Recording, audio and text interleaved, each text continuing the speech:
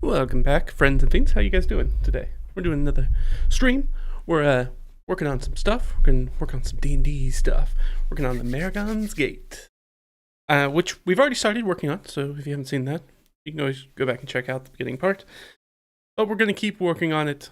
We've copied over everything I had on my hand notes, which are right here. And I know I do this way too often, where I show you guys hand notes, and that's kind of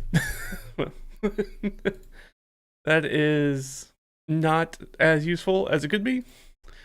I think when you guys are looking at this stuff, because I mean you guys can't read that. I can barely read it. But I thought what we'd do before we start just jump into everything is that I would zoom us in, because I took a photo of it. I was like, oh, I think that'll be helpful. That way you guys can actually see it rather than, because one of the things that I often don't show is sort of the node layout, and that can be helpful. So let me just go ahead. Let's jump right into it. How about that? Habam. I know my fat head's in the way. We're just gonna have to deal with that for the second. So yeah, over here on the left we have Lavender Grove, which is the thing we talked about, the average party level 2, little 5-room dungeon thing. You can see we've got the node map right there. So we've got our little entrance. We're coming in from the totem we talked about, the listing totem. We hit that 1. You go to 2. From 2, there's a pathway that splits off and goes to 4. Or you can go to 3. If you go to 3, remember that's the house on the hill, the shack on the hill. There is the Warren Tunnel underneath it. If you jump down into the Warren Tunnel, you can go to either 4 or 5. Or you can go the long way around. Either way works. And then over here on the right, I'm going to move this so that way you guys can see it. We have what we're actually looking at today. So let's do that. Oh, that should have worked better. That's okay. There we go. There we go. Oh, we cut off just the edge of it, but that's all right. So that's the Merregon's Gate aspect that we were talking about. Got right here. So got our large dungeon. So as I talked about, it's kind of like 2 small dungeons put together. So you can see the layout on the left side of Dungeon 1 or Dungeon A, Part A of the dungeon, and then over here on the other side you can see Part B. And then how you get between them. So where I'm having them drop in is I'm having them drop in right here, right in this middle passageway. That is where Ash is standing right now. It's kind of in between the two, where I decided to put them. But you can get down here and you can see, here's my scribbly notes about things that go in here. What is this that's going on with this? What are the random notes I'm making about the campaign while I'm also working on it at the same time? Secrets don't look. Because I'm still trying to figure out little pieces about that. Try not to prep like so far, like the campaign's not like fully prepped like all the way into the future as to everything and everyone. So trying to keep it, I don't want to make a plot, essentially. I don't want to make a plot, I'm trying to make a D&D game. Not trying to tell a story. Well, not trying to write a story. We're telling a story, but I'm not writing it. We're seeing it's emergent, right? We're seeing how it comes out. So yeah, that's our sort of situation. One of the things that I think is also helpful looking at this, if you are somebody who's looking at this trying to figure out how to design your own dungeons or prep your own games, you'll see stuff like I have question marks down there where I'm like, I don't know yet. I haven't figured it out yet. We'll get there and I'll figure it out. Other stuff like you see over here, I have a big scratch out with like, sometimes I hate that about when you see online D&D creators or whoever, and they're like, oh, here are my notes. And it's not just D&D creators, like tons of content creators do this. And they're like, oh, here are my notes. And they're always like pristine and perfect and all that stuff. And it's like, nope, notes to me it's scratch work. It's scratch paper. It's where I'm putting out ideas and things that I try to work on, and then I go, that didn't work, and scratch that out. And go back and do something else. Which is exactly what happened here. But that's enough looking at that. Why don't we pull up some stuff and get to it? How about that? Well, I'm going to throw you guys to my shining and lovely face. Thanks. How are you today? Are you guys doing well? I'm doing okay thus far, but the day is young. It could get better. It could also get worse. Just depends. Do I need to save? No, I don't need to save a photo of my own notes. I have the notes. And let's start pulling some stuff up for us to look at. Yes, yes. There we go. We need our Friday night campaign, and we need our session prep document. Should get us where we need to be. Sure it does. All right, down, down, down. All right, so you know what? This and we need this guy. There we go. All right. So yeah, this is our prep. Again, this is super future prep, right? I don't have to run for over another week, right? I still got time. That's why I don't mind doing this much prep. Do you usually need to do this much prep for a session? No, not really. So this is our session prep sheet, and then of course we've got our two little areas down in here. So we've got Lavender Grove, Little Adventure, a little 5-room, dungeon, forest dungeon, I guess, because dungeons can be everything. That's a thing that sometimes D&D does not communicate very well. When we think about dungeons, we think about a very specific type of space and type of play. The idea is that you can kind of dungeonify anything. You can make a city a dungeon. You can make, in this case, a forest or a grove of trees a dungeon. It's just they're following the path through it. And it's like, sure, you could cut your way through the woods. Most players aren't going to do that. Most players are going to follow the trails. And if they do, guess what? I just take them off the map and be like, all right, you're either going to fully exit the forest if you keep going in that direction, or I'm going to have you come back in at a different spot, and then you're fully going to be lost because you're not going to know where you are. Because you're not going to have access to see through the tops of the trees, or to see the sun, or positioning, or anything. I mean, I guess you could have a compass, and that will help.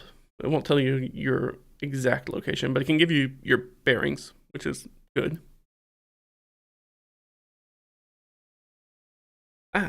First cup of coffee of the day. Always nice. All right. So this was what we worked on and finished up last time. Nice and out of the way. And this, we took the things that I had and dropped it in. As you can see, we still got a whole bunch of stuff we got to fill in. We've only done really the first 2 of the 14 we need to do. So we've done approximately 1/7 of it. So that's what, like the 13-14%, something like that. So we got a ways to go, and that's good. We like that. All right. So you can even see down here, like I haven't even done the sizes for these things yet. Oh boy. Oh boy. But we can figure that out. Let's just go ahead and go down to the cantina. That's going to be our next area. That's AO3. So the DC for this room is going to be 7. I rolled really low. That's fine. Sometimes the rooms are hard. Sometimes the room DCs are super easy. That's the joy of using random numbers. Now, I'm the DM. You're the DM, assuming if you're doing something like this. If I roll a 7 and I go, hey, 7's way too low for what's going on in this room, I can just change it.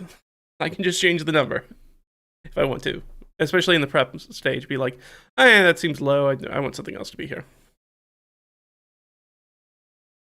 Especially since we have a hot in the room. That's a hazard, obstacle, trick, or trap. So it's going to be a super low DC for finding it and disarming it or going around it or whatever they're going to do with it. Because I don't know what it is yet. What we do know is that it's a 60 by 60 foot room with a common room. It's like a common room and kitchen all in one. Have an open thing. So let's get going on this. So what are the first things we need to do? I think we should get some dungeon dressing. So we have this idea. It's just kind of a big open space. We're in AO3. Everything is sized medium here. That's fine for us.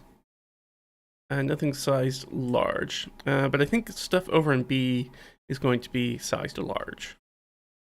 That's something in the sheet that I talked about that was like, I'm thinking that I want this to be giant related, that area to be giant related, as far as like where the gate is and stuff, because that's going to be over there in section B of the dungeon. So over here in the Merregon stuff, so everything over here is going to be very medium sized. For the medium guys, medium fiends. So, all right, let's do some dungeon dressing. So I'm just gonna pull this guy. You know what? Let's spend some time. Let me see if I can find the actual dungeon dressing table real quick. I bet I can. In here, because all the stuff is in my Google Drive, so I should just go grab it. Let me see what else is on that page. That'll give me an idea of what's on the name. The encounter quick matchups and the dungeon dressing. Okay, perfect. I'm gonna throw you guys back to my shining face again while I do a little digging. See if I can find some dungeon dressing. Dungeon dressing. DM binder update. No. Incorrect. That's not right. I think I got a folder for it.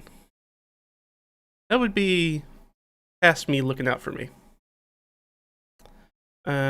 Which happens occasionally.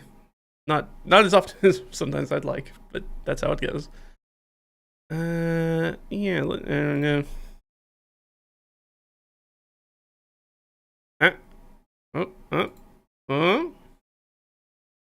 Maybe I've got it. Did I find it? The Oracle, the session seed, dungeon reference. Dropping NPCs. What am I looking for? Where would you be at? There's the wilderness dressing. Not what we're looking for. We're actually looking for dungeon dressing this time.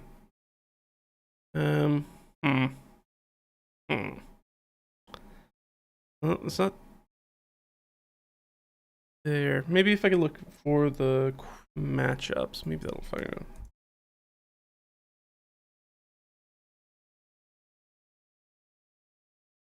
out. Did I find it?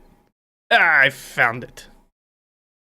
Would not have pulled it under that name. It's under DM Dungeon Reference.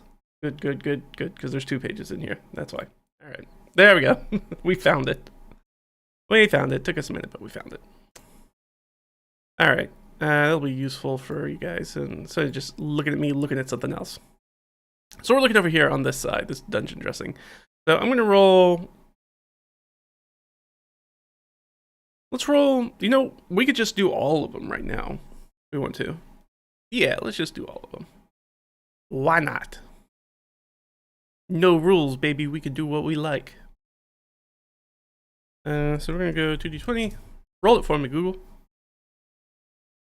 4 and 20. Okay. So what I'm going to do is I'm just going to shoot right down the line, and we're just going to do these real quickly. So oftentimes what I'll do is I'll roll twice. And, ooh, it totally changed that. You know what? It's okay. We don't need to worry about that right now. I wish I had saved that natural 20 for our solo D&D game, if you ever want to check that out. But rolling a natural 20 on that would have been much more useful instead of just on this. That's okay, though. All right, let's roll again. You know what? We can go full screen about that. You guys can see the rolls, too. I know that puts my stupid head in the way, but hey. C'est la vie. 7 and 8. So what I'm going to do is I'm just going to drop these all in down here on all of these. And then we'll go back and do, I guess, the dungeon rooms. Dungeon size of the rooms. Since I'm doing everything out of order. Like I said, no rules. Do whatever we want. That's a message. So I can just do these. We got 7 and 8 right next to each other. Sequential, baby. There we go. All right. New rolls. Hey, how's it going, Ginger? How are you? 3 and 8. Okay, well we know what 8 is.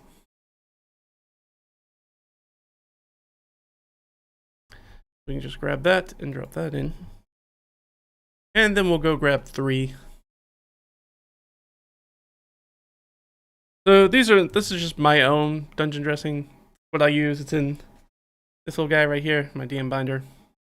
I use if I ever just need random stuff that's in a room, if I need to, make up something on the fly.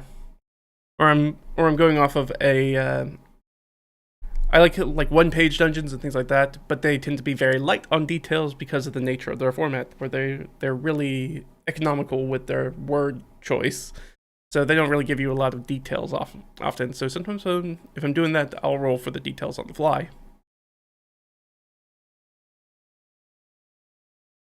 Very useful.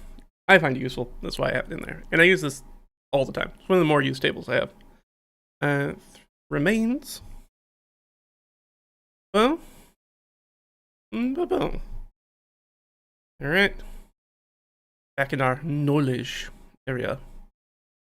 16 and 20 again, all right? Well, we know what 20 is. 20. I know that's the statue, pillar, carving, whatever. What a perfect thing to be in there. And 16. Grab that guy. Throw it in here too. You know, we can also run down everything that's on this list. Because I'm actually going to do 2 entries from here, and then I'm going to roll one time on the Pathfinder one that's also in here. It's on the reverse. The opposite page. Boop, boop, boop. Which is 100 pieces of minor or major dungeon dressing. This comes from the Pathfinder 1 Game Mastery Guide. And on the back, it has encounters for very specific types of dungeons in the D100 table, including a dragon's lair, a goblin den, graveyard or necropolis, a lost jungle city, etc. Be helpful. I find that I use my chart more, but I always like to give the options. Give myself some options and then go from there. Alright, so this room's got some strange dimensions. I love it. 6, vermin. And 18, surprisingly clean / dirty. We'll do that. Surprisingly clean / dirty. Whatever would be Ranger. You're good. Oh, you finished your book. Now you're playing some Slay the Spire too. Oh, nice. I got a friend who's way into Slay the Spire, and has I think in the first weekend it came out in early access, I think he had put 20 hours into it, and I was like, yeah, you've been doing nothing but playing that game. He basically played that game and slept, and that's pretty much all he did that weekend. And he's still playing a ton of it. He really loves those games. And just bought the board game, so I'm excited to play the board game with him whenever we get a chance to do it. We do board game days whenever like our DM's on call in that group, where he's like, oh, he's on call, so he might have to get up and leave in the middle of a session. And so when that's the case, we're like, we're not gonna run D&D, so we're gonna do something else. And so my other friend ran a Pokemon themed D&D one shot the last time he was on call, and then I think the first time that we've been playing together for what? I guess we're getting close to like 4 years now. Wow. Getting close to, I guess we've been playing for about 4 years, thereabouts. Three and some change, I think. And it's literally the first time he's ever had to, no, I take that back, maybe the second time he's ever had to actually leave when he's been on call. He had to leave this time. It just happened to be the one time we weren't playing board games, and my other friend was running a one shot, and we're like, well, I guess he's just standing in the background as a cardboard cutout style. And we'll just keep playing. Alright, 4 and 19. 4 and 19. Utility magical effect. Always love that. That's a fun one. Sometimes those don't work. Again, none of this says that these things have to be in here. Usually what I'll do is I'll try to take like a couple things and put them together. So I roll for 2 entries, and that takes like a D20 table and turns it closer to like a not quite 400 entries. If you do roll twice and then try to combine, gives you a lot of different stuff to do. And we get a pile of debris or whatever down in the crypt. Oh yeah, you were like that with Baldur's Gate 3, yeah. I'm getting back into Kingdom Come Deliverance 1. I kind of threw it off, and then I was like, I want to play something, and I was like, it's such a long game. It's a very crunchy game, right? And I'm like, such an undertaking to get back into it, but now I'm back into it. And I think I wasn't really sold on Kingdom Come Deliverance until I accidentally, right after finishing the prologue, immediately talked to Teresa, and it whisks you off to the DLC. The first thing once I was in the game, and I was like, oh, there was no warning that that's what that dialogue option was just going to immediately divert me from the main quest. If you're not familiar with that DLC, you play as Teresa, you play as her in the events leading up to the start of the game, essentially.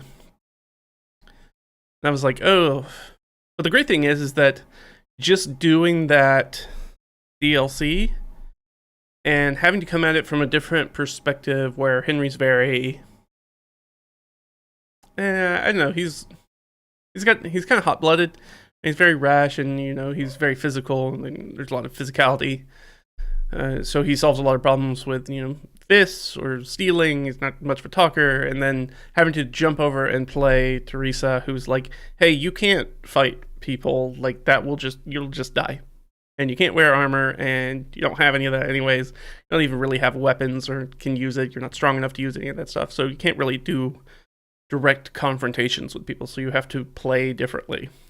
And that's the thing that kind of sold me on Kingdom Come Deliverance. And it's like, oh, now things are starting to click in my mind. It's like, okay, I get it. In fact, usually violence is not the right option. It's not the best way to deal with issues in the game. And once I learned that and then got back into it, I was like, oh, okay, I understand more. I also didn't realize that I didn't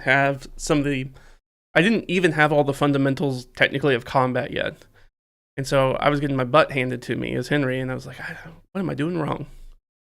And the truth is like, hey, you don't have all the tools in your tool belt yet. You have to go get those. So, you know, I did quick little online search, and people are like, hey, you know, first thing you should do is like go get combos done, go get master strikes and perfect blocks done. And then once you do that, combat becomes a lot more manageable, especially one-on-one. I was like, and it still sucks. Like, I'm still really bad at it, and Henry's stats are still garbage. But like, I can win fights now. I have won some fights, which is great. It's very much like that feeling of accomplishment. It's like, I got it. All right, 18 and 19. I'm gonna clean it dirty, and another pile. Perfect. Drop these in.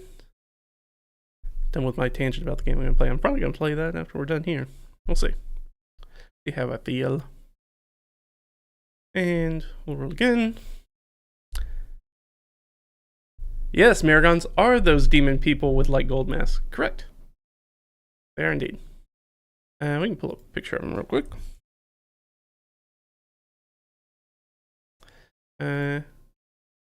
Yeah, they're also in Baldur's Gate 3. Yeah, they kind of look like those guys. I mean, there's a model from Baldur's Gate. Ooh, this one's cute. I like that. These are cool. Printable heroes? I'm not familiar with this. That's really cool. I like that. I like that art. I've become a much more of a fan of like 2D models for tabletop playing. I think I've gotten to the point where what I really like is to have 2D models like this guy who's right above my head. Have those stand-up models for the monsters, and then use 3D models for the like heroes for the party, because it's very like visually distinct and it's very easy. You're never confused about like who's who. Because I do, over the many years I played it, there are times where like, oh, that's my friend. Never mind, I don't hit that guy. I thought that was somebody else. Or not being able to tell who is who. Your Baldur's Gate 3 knowledge coming in clutch. Yeah, absolutely. All right. 18 and 5. 18 was, let's try some clean and dirty. For the magic area, this is the important one. And what's 5? Slippery, damaging, difficult, or impassable pathing. Ooh, that'll make that I can make that a much more interesting encounter. Excellent.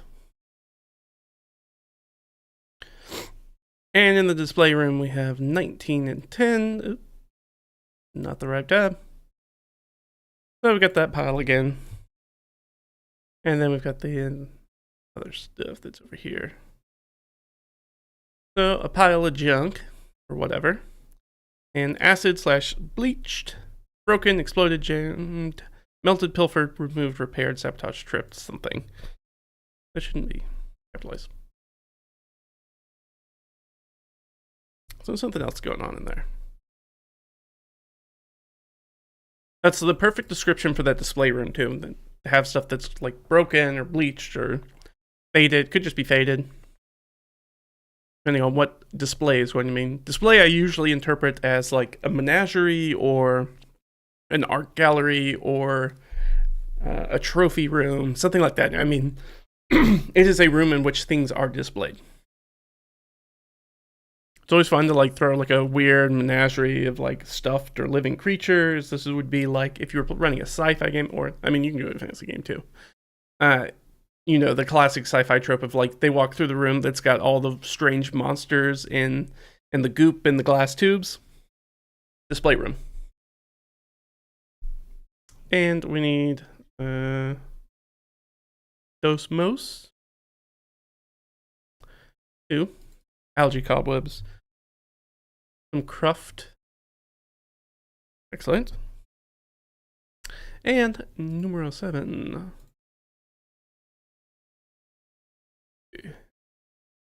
All right, and a message. Messages are fun too. I love putting messages in there. Like stuff people have just like put on the walls, graffiti, maps, or notes, or all sorts of fun stuff. Wonder about really like really allows you to do some world building within the dungeon when you have stuff like that. You can do the old Monty Python, where they write "arg" on the wall. But why did he write it down? All right, we got more cobwebs.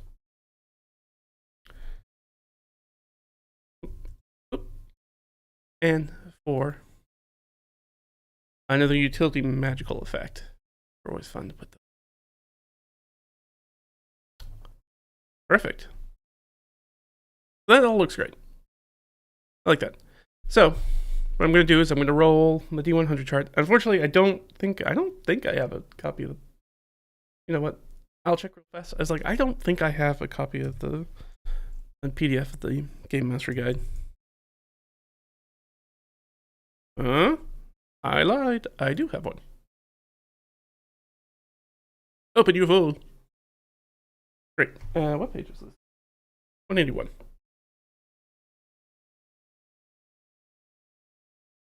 Yes.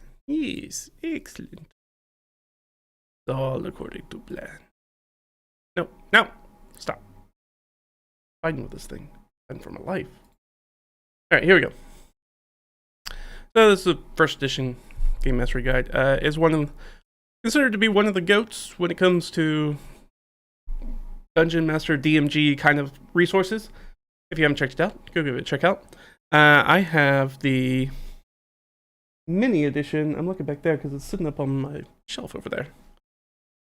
Which you can get the softback that's like the small, like the digest sized almost. And usually you can pick that up for like $20. It's really economical as opposed to like a $60 hardback book that's out of print. Because, you know, not Pathfinder 1 anymore. They've moved on to number 2. So we need 181.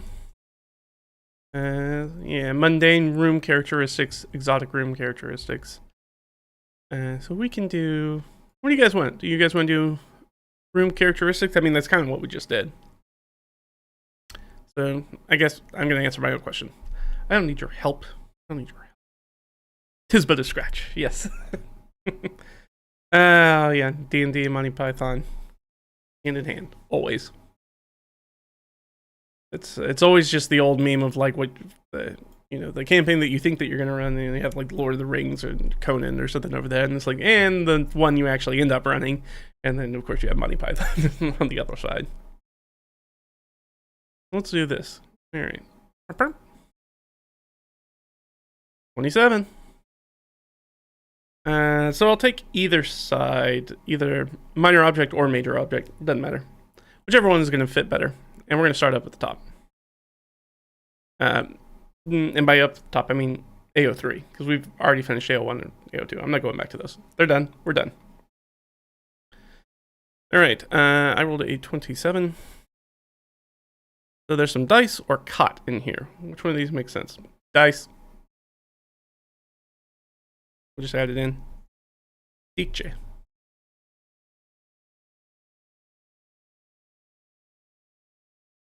$6d6. Pen or paper or pedestal. A pedal stool. Which of those? I mean, a pedestal makes a lot of sense for a religious area. And pen and paper can work anywhere. Yeah, let's go with pedestal. And we might be able to work that in some way. And again, doesn't mean that we have to. We're just giving ourselves options at this point. 04. A barrel or an archway. Well, this is the flooded storage, so I mean, it's got to be barrels, right? There's got to be some floating barrels in this flooded storage. Love it.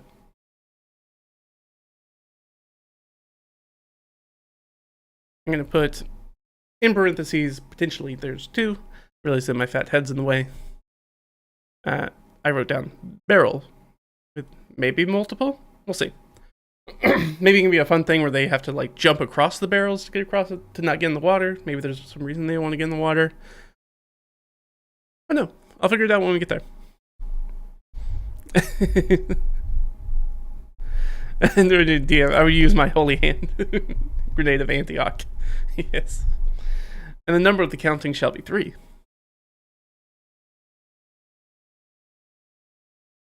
Alright, let's, yeah, I mean, barrels in the flood storage. Makes total sense.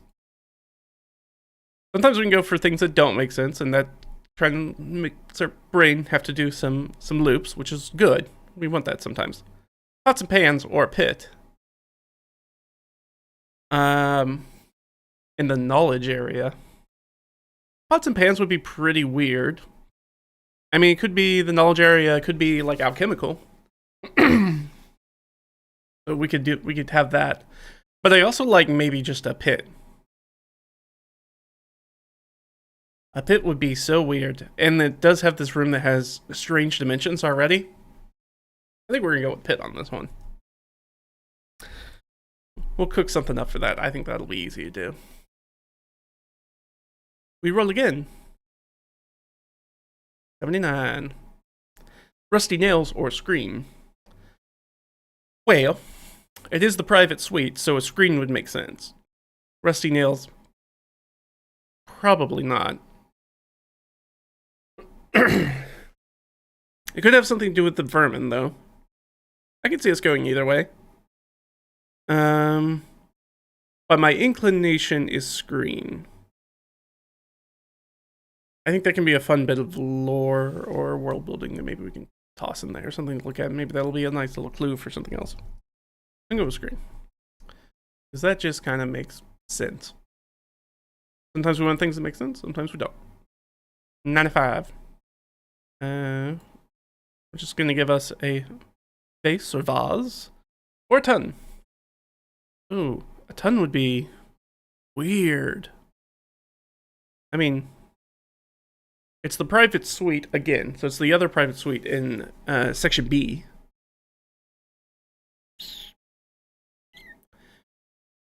In section B, I know, my stupid fat head's in the way. I need to keep moving this up for you guys. So this is the other private suite. That's in area B.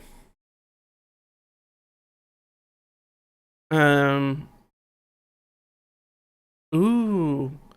Like, sure, there's probably like a vase in there that had like old flowers or something, so you could have a whole bunch of like dried flowers or just crumpled remains, or it could be an urn. We could always interpret it that way, which could be very interesting. Even though urn is itself actually number 93. But, you know, it's wibbly wobbly. We can make it, we can change it up. But I like ton, and I'm going to add ton. And that seems weird. Ton, that's T-U-N, which is, well, when they say how much is it, it's a ton. That's ton. It's a big old barrel. What is that? 252 gallons. So it is a big old guy. Yeah. These big guys. They're big uns. But since this is, I was going to go with that giant code for this section B of the dungeon. Having a ton in there is actually something much smaller for the giants, but it's going to seem like a ton to our medium-sized adventurers, which I like. So that's why I'm choosing it. We're going to go with ton. So it seems weird until we're clued in as to why it's not weird. And we've got the crypt up next. Let's get a crypt. 40. We can have a globe or fetters. What does fetters mean in this context? Exactly. Good one. Yeah. Okay. So it would be... It's pretty weird for it to be in the crypt. But a globe is also weird.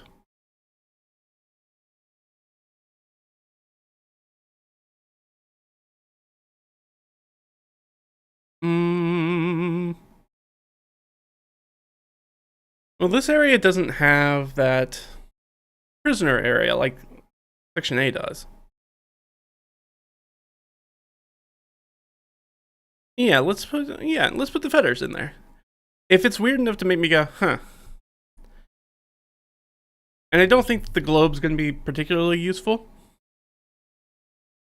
Knowledge, unless it had something on it, but why would you, and why would it be in the, somebody would have had to take it there. I can come up with a more easily why fetters would be in a crypt as opposed to the globe. Which is, either they're used to lash somebody in here, like keep them in there, like they're anchored in the wall or something. Or maybe somebody escaped here and they were trying to get them off. Maybe there's a body in them, a little skeleton in them. Maybe there's not, or a big skeleton. Maybe there's not. Next up is the armory. What's in the armory? 30. Dust or crib.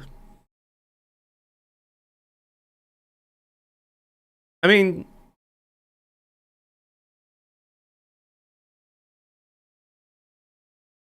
dust. We've already got some weird stuff that's kind of going over here with the surprisingly clean or dirty and the pile of debris and stuff. So it seems like it needs to be surprisingly dirty. So, you know what? I just don't like that. I'm going to re-roll it. I don't like either one of those.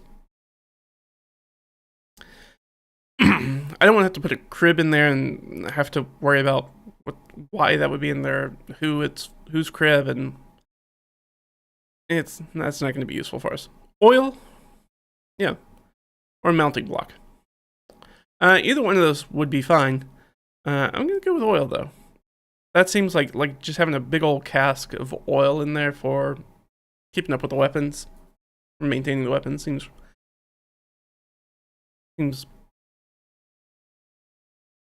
reasonable to me. Then that makes it, I just put in the wrong thing. Not in the magic area, you fool. Right here. Now we're going to do the magic area. 89. Tongs or a table? Tongs. I assume that the magic area will have a table in it. That's not really a thing. Unless I want to put an animated table in it. I could do that. That they have to fight or deal with. I'm drawn to my last encounter with an animated object that in a game I was playing in, not a game I was running. Just having a PC get their butt kicked by a table is very, very funny in a small room. But the table's large and it's only a 5-foot door in. And it's like, well, we can just leave the room because the table can't get out of the room. It's too big. Like, oh, yeah, probably is. It was like, we can just close the door. It can't It's a table. It doesn't have hands. It can't open the door. But I'm gonna go with tongs. That seems like a useful thing for a magic area and fun. We can do some shenanigans with that. 37. Fungus or divan. Fungus could be fun in the display area. But so is divan. I like either one of those, actually.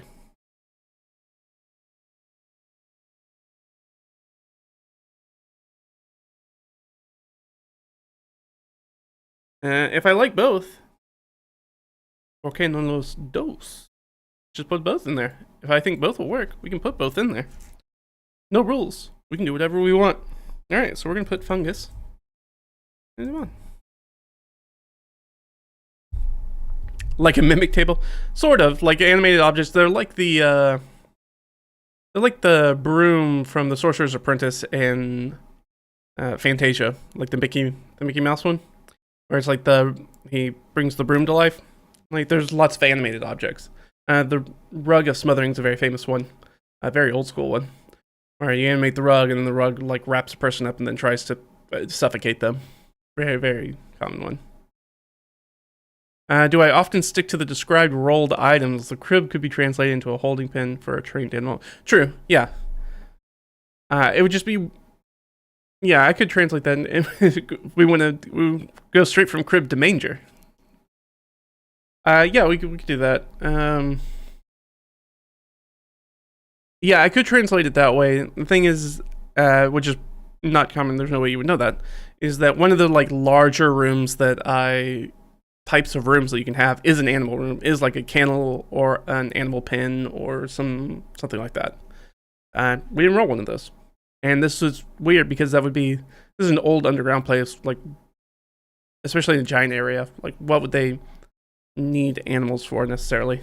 Not that it couldn't be there, just we'd have to do some mental gymnastics to make it make sense. All right.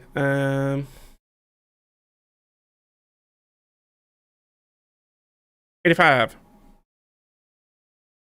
A spent torch or a statue.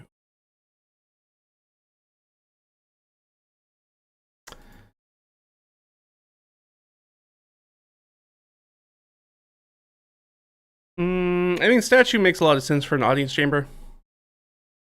Spent torch would be interesting. Spent torch would allude that other people have probably been in here somewhat recently.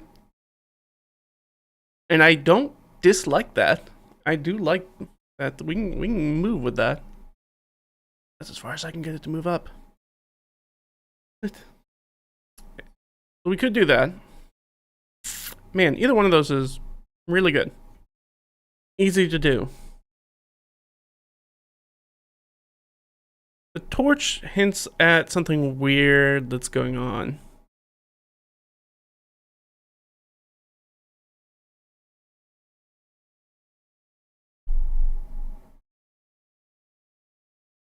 And we could use it as, hey, one of the Vegemen went exploring, but he would have gotten through. Let me look at the thing. It was like from where they went in to get to the audience area. They'd have to go through 2 rooms before they get there, minimum.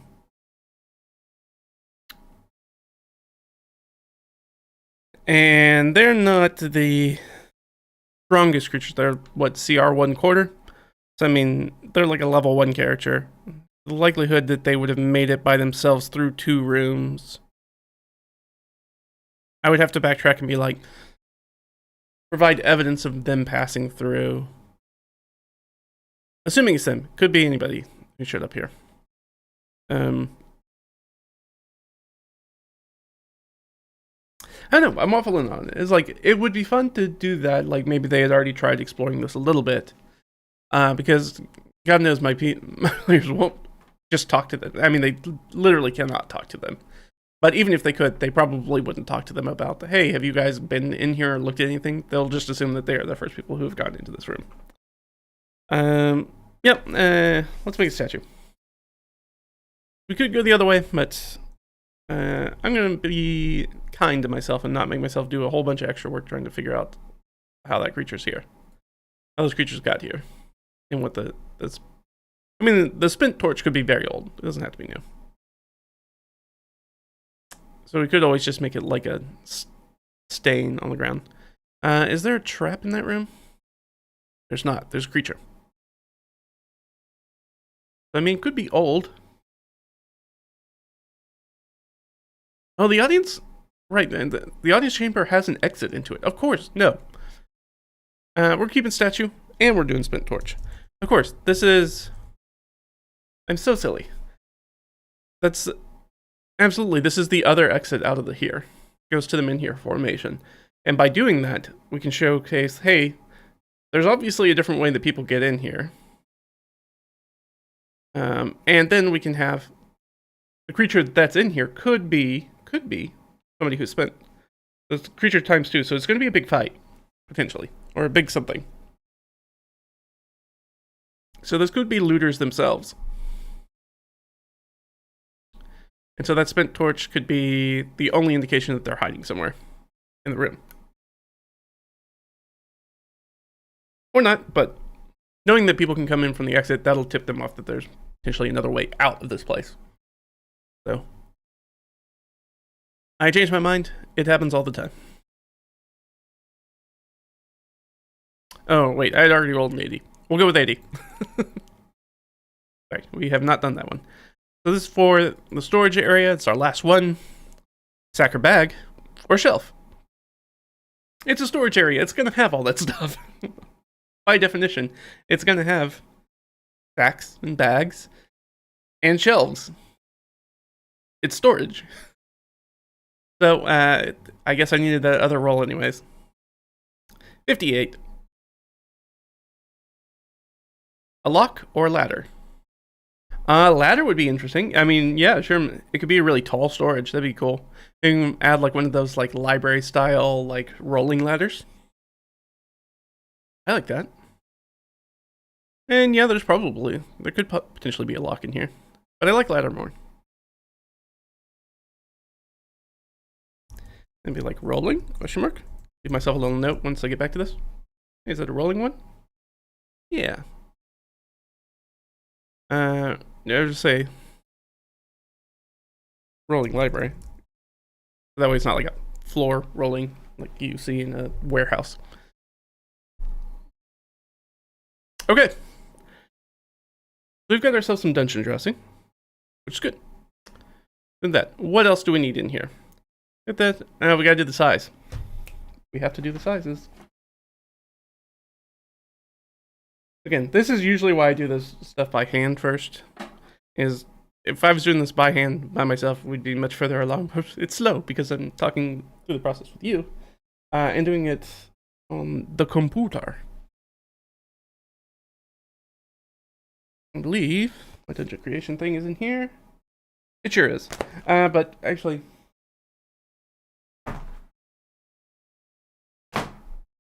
what we can do is I'll just bring up the digital one. How about that? And let me go find it real quick.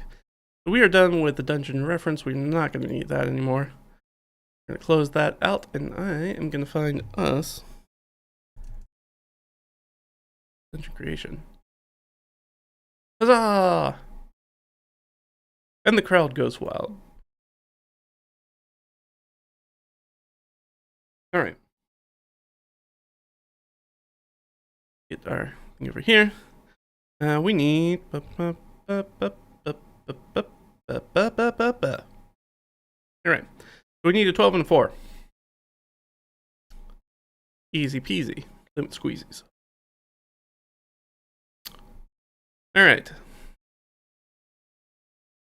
And depending on what we get, will be different. So the religious area is 3-4. That's gonna be a small room. Which is going to be a 20 by 40 room. Right, we're still on A. Okay, so I don't have to do the difference. So we've got 20 by 40. And we can determine what religious area is. That makes me think maybe like a little chapel kind of thing. Because 20 by 40 is not super huge. So yeah, maybe like a little entry chapel shrine kind of thing. I like it. The flooded storage. Ooh, that's a big storage room. That's as big as they come. That's an 80 by 80 room. This thing is huge. Yeah, so obviously there's going to be more than one barrel in there. So that is an 80 by 80 flooded storehouse. Perfect. Man, that'll be great. And there's creatures in here, so I can put something. I don't have to put something medium or small in there, as I normally would have to in a room like this. I can put something big in there if I have an opportunity to do that. Or maybe a bunch of things in there. I can just absolutely obliterate this thing with quippers. So many quippers, which is the D&D piranhas. And then the jumping over the barrels, and yeah. Play a little Donkey Kong. Do our best Jumpman impression. I'm trying to think. Yeah, because they can go from one way to another. But the way that this is laid out, they actually don't need to go through this room. They can get to everywhere without going through this room. This is not a choke point. They don't have to go through here to get to any place in particular. They can get to all adjacent rooms to the storage room by going a different route, if they want to. But depending on where they go and how they turn, it could be the last room they look at, or it could be the first room and they decide to go through it. Or they might look at it and turn around and go the other way. Players are weird. They'll do that.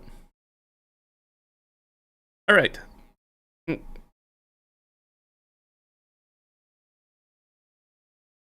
Absolutely obliterated again. Sorry. Let's... No. No. There we go. I rolled another 12-4. That's as large as it gets again.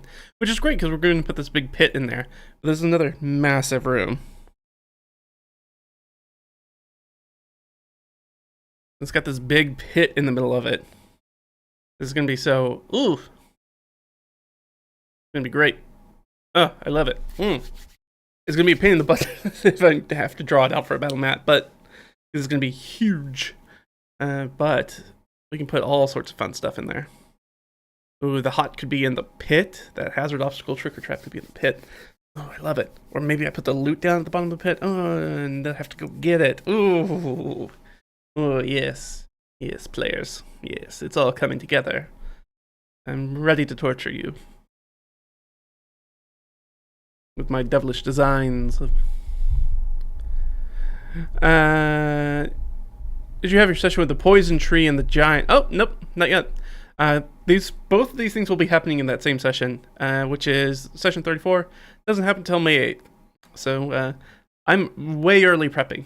I'm prepping early and often, which is why I'm going into so much detail for like a next session prep. Nice thing about this is that I'll finish all this session prep for that 5-8 game on May 8th, and I probably won't need to prep for probably 2 or 3 more sessions after that. It'll just be like, we'll continue this little adventure. Unless they go completely off the rails, which happens sometimes. They might decide to drop it and be like, we don't want to do this. That's what happened with the first dungeon in this campaign. They noped out of it on room 2. It was like, never went back. And I was like, alright, well, I'll save that dungeon for a different game down the line, I guess.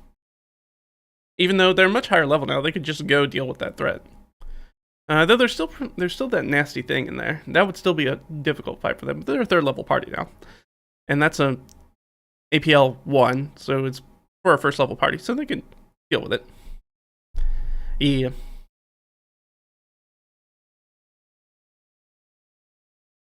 Alright, 7-2. That's going to be... I think that's a small one. No, maybe not. Yeah, alright, so that's going to be a 40 by 20.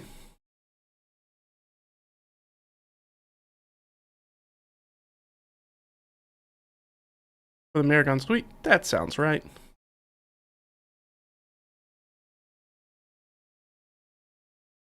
Alright. The other private suite. Gonna be a a little bit interesting. 10 by 1. So that's going to be a 50 by 40, so another very large room. That's a very large private suite. Okay, so now this is important because we moved into section B. What did I say that was? Because this is going to change. So 10 by 1. So 50 by 40. All right.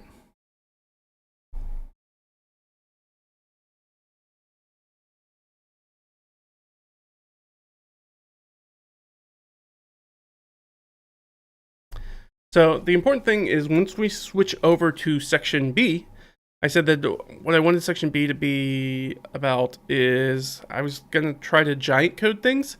So the room dimensions are scaled for medium-sized creatures. So those 80 by 80 rooms are big rooms, but they're big rooms for a medium-sized creature. If we wanted what is equivalent of a 50 by 40 room for a giant, it means that we have to go from 1 square to 4 squares, so that's double in each X and Y direction.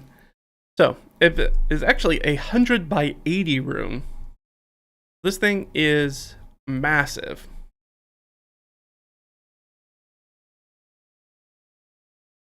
Because everything in here is going to be giant size. And I want it to feel gigante. I want it to feel massive. Hey boy. Well, we know what 12 and 4 is. I don't think I've ever rolled this many 12 and 4s on a dungeon creation before. It's wild.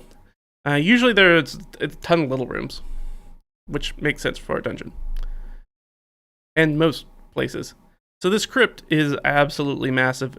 So it's 80 by 80. But remember, we got to giantify it.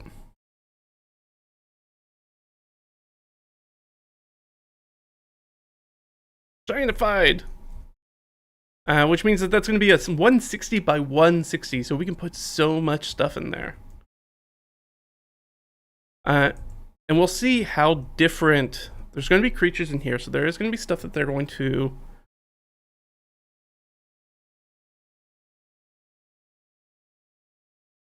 There is stuff that they're going to have potentially combat with. The nice thing about it is if I make... 160 by 160, I don't even think I have a battle map that's that big. I can't imagine that I do. Because that's like 160 inches, right? Because each square is an inch. And I don't think I have anything anywhere near that big. In fact, even getting the 80-80 on there is going to be probably too big. But I have double maps. So we're probably going to do a lot of theater of the mind combat for these guys. Because that's huge. It's huge. But the nice thing about having that 160 by 160 means that combat is going to be very different. And a style of D&D combat that I don't think these players that I play with, that's in this group, have ever experienced anything like that. Now, in the other game I play with, we had a massive battle that was essentially a battle that took over kind of an entire almost castle. I mean, you were like running down passages, you were like shooting from the galleries, we're dropping things from the murder holes over the gate, and so you're having this gigantic fight across this entire castle. We kind of hold up in one area, but we're also going out to fight things that are outside, that are in the hallway passages, and just to keep eyes on stuff, because it's such a large spot. So this crypt is going to be massive, so remember, so we can take basically a crypt, and then we giant size it. So you're going to have these massive sarcophagi that you're not going to be able to see over, that are basically going to be like their own little like buildings almost. So it's kind of almost fighting like inside of us in the city streets and city blocks. There's going to be lots of places they can run and hide and get vertical and climb on top of stuff. And it should be, if it turns into a fight, it could be a super cool fight. It can also be like a really cool chase zone. It could be chasing stuff around. Which is probably what I'll end up putting in here. I'm not going to put creatures in here in this area that are going to have knockdown, drag down fights.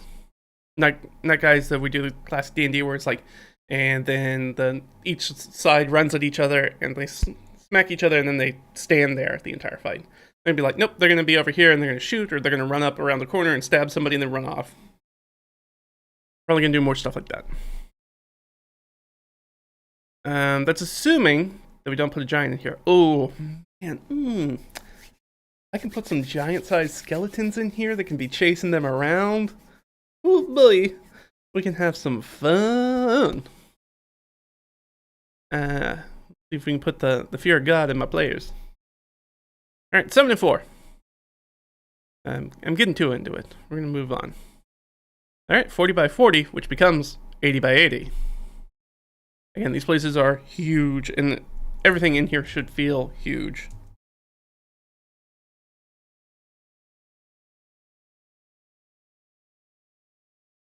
The giant armory, so they're going to find stuff in here that they're not going to be able to use, even if it was in good working order. I mean, maybe they can find a dagger, because most giants are huge rather than large, so they're 2 size categories larger. So maybe they can find a dagger that can be used as a greatsword. We'll call it like the giant's toothpick or something like that. Even though this one doesn't actually have any loot in it. Which is funny. The armory is not going to have anything probably of use. Oh well. C'est la vie. 8 and 3. For the magic area. 40 by 30, which will become 80 by 60.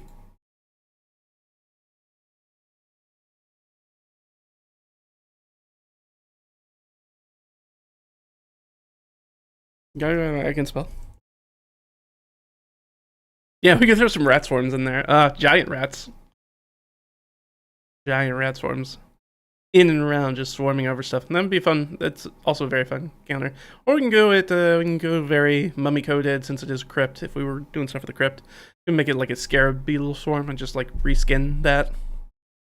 Like a whole bunch of mass writhing swarms of beetles. Alright. 6 and 1. 30 by 10. Which becomes 60 by 20.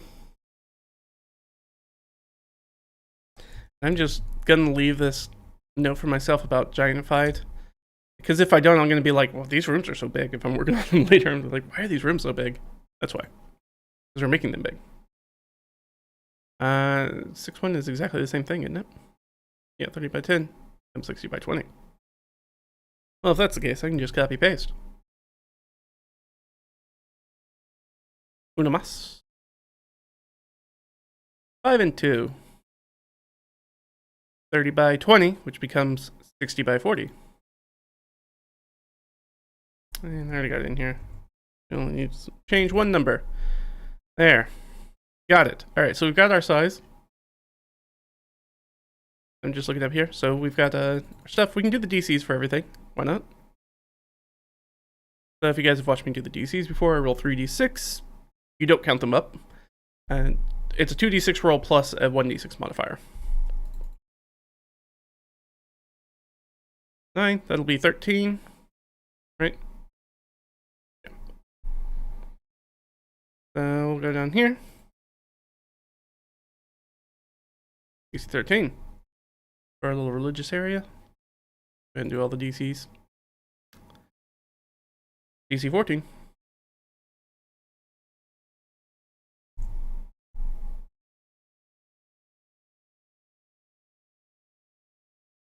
DC 14 and good.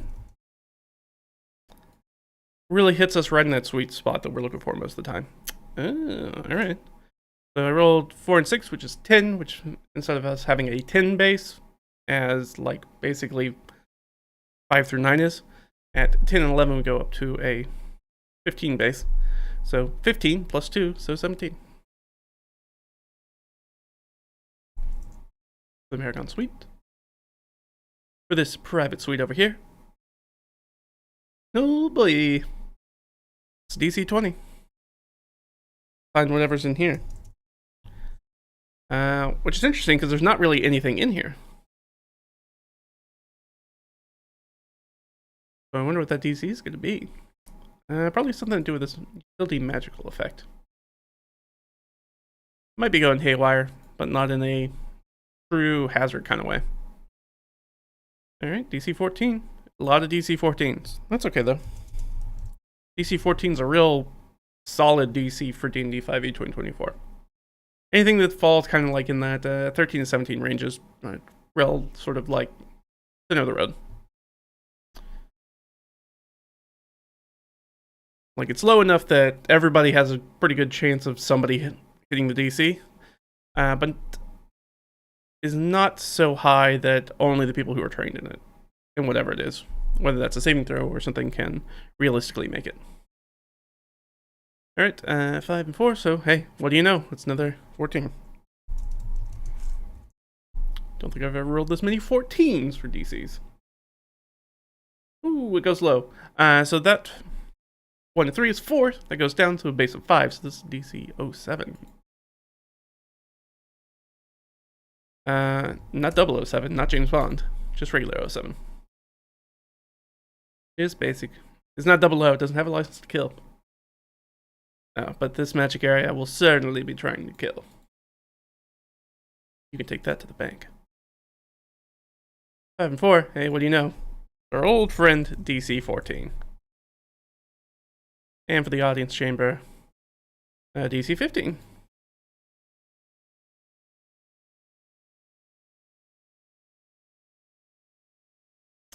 And the storage area will end with a DC 13. Boom! Done. Dunzos. Love it. Alright, let's go back up to 1. So, we've got sort of the basic areas, we've got our things, we've got our dungeon dressing, now we need to do the stuff. Alright, so, we know that the Merregon Section A has these guys, has a lot of Sahagwin in it.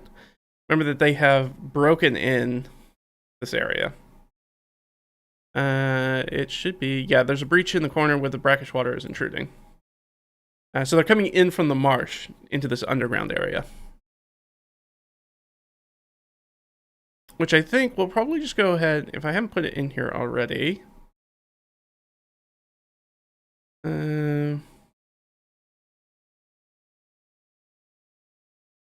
Flooded storage, oh, it's right in between.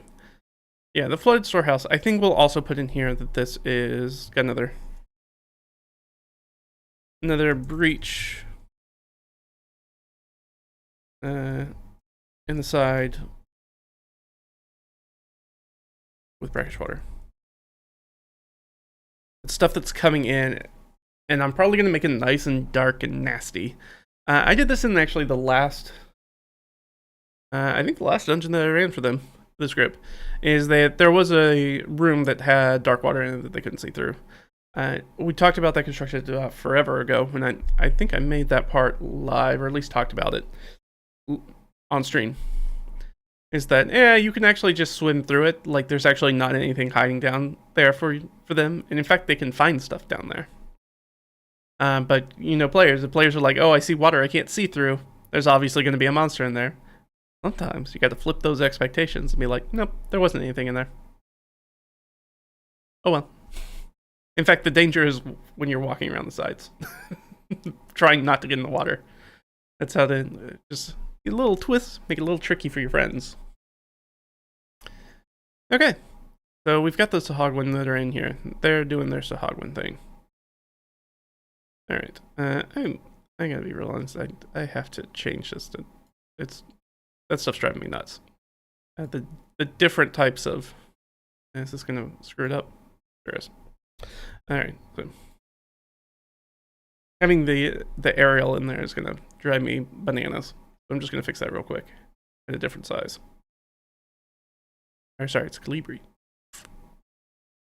I want it to be aerial. And the correct size.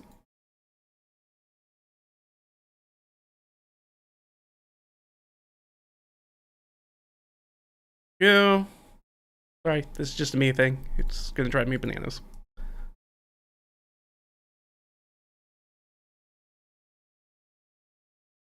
And there's almost OCD kind of things. Like I can't do that. I need the things to all be the same. It will drive me wild and crazy. All right. Got just a few more. So we can start going through here and figuring out what we want to put in these rooms. So, my usual inclination is to go top to bottom, but we can also just look at stuff that, maybe spark some inspiration for us. So, we had some big ideas when it came to that knowledge area. That was already cooking in my brain. We got the flooded storehouse, which seems like a lot of fun. All the stuff, we got a lot of stuff in here that seems like it's going to be really fun already. The stuff that makes me want to work on that stuff. So, I think usually I would just work down the line, but I think let's follow the inspiration maybe a little bit. Where do I feel inspired? I really want to figure out what to do with that flooded storage room. That's really the thing that's got me. So I think that's where I'm going to start. Rather than on, what was it, like the cantina. Cantina's fine. There's not really a ton going on in there. But this flooded storehouse, this I like. Flooded storehouse. Here's the thing. As someone who has never played, how do you pick a class, subclass when there are so many that sound cool? That's a good question. If you are new to the game, I would say go with an easier class. The old go-to used to be just like, oh, is this your first time player? Here's a fighter. Play that. Fighters are a little bit more complicated now than older editions. You'll end up playing all classes, and a good chunk of the subclasses. You'll end up playing a whole bunch of that stuff. So, put it back. Yep. Are we back? It would appear we're back. Okay. Sorry about that. Stream quality issue. Hopefully that should be resolved. Good. So I'll just re-say that part. So as someone who has never played, how do you pick a class or subclass when there are so many that sound cool? The idea is generally, if you're new to the game, my general advice is to go with something that's easy to play. Because if it becomes a hobby that you like, you'll end up playing all the classes, most likely. And you'll play a lot, if not all, of the subclasses. Have I played all the subclasses? No. Have I played all the classes? Yes. Absolutely. And I played a lot of the subclasses. Some of the subclasses are great, some of them not so great, so... Because sometimes the advice is, well, go with whichever one sounds the most fun to you. But then you end up picking something like a druid, and then that's, especially like in 5e before 2024, and be like, the druid's actually one of the more complicated classes to play. It's got a bunch of stuff that's going on, because you're a spellcaster, and you got wild shape, and you have all this other stuff that's going on. It's definitely not for like a brand new player. But rogues are really good. In fact, I think in 5e 2024, I would often say, I would give a new player, be like, a lot of new players want to play rogues already. They're like, you play rogue. It'll be fun. You'll enjoy it. You'll sneak around, you'll steal stuff, you'll stab people in the back. It's a good ruckus time. The mechanics are really easy for rogue. You get things that are like, hey, just remember whenever you do a dexterity saving throw that if you pass the saving throw, then you don't take any damage instead of half damage like everybody else. Like, it's pretty super, like, all the things are pretty specific, like evasion, like, all those things are very clear as to when they apply. So, yeah, I'd probably say rogue. Start out with rogue. Don't get me wrong, I love fighters. I play a bunch of fighters. Sometimes I just want to play a character that's not that complicated. And I have lots of fun with fighters, where I can focus a little bit more on their characterization, a little bit less on mechanics of running that character. But it can be boring, or some people find it boring. I don't think that simple is bad. Alright, flooded storehouse. So we've got our flooded storehouse, another breach in the side with brackish water. Any other things that we want to be... How much water do we think is in here? Because 80 by 80 is huge. Now this is medium-sized. So my thought is... You know what? I'm going to leave it up to a d6. So 80 by 80 square. I have to assume this place, if it's 80 by 80, it's got to be at least 40 feet tall. Which means the passage is going to definitely go down get to this flooded storehouse so there's enough ceiling room for stuff. And because, so if it's, I'm saying at least 40 feet, that sounds like a D8. How about let's do 2D4? Because I'm not sure that I want it to have standing room. I'm not super opposed to it. All right, here's what I'll do. I'll roll a D8, and if I roll a 1 and I have some sort of reaction to that, then I'll need to roll 2D4 instead. 6. Okay, I'm good with 6. 6 times 5, so 30 feet. Ooh, it's 30 feet of water. Ooh, so there's only like 10 feet of air at the top. Oh.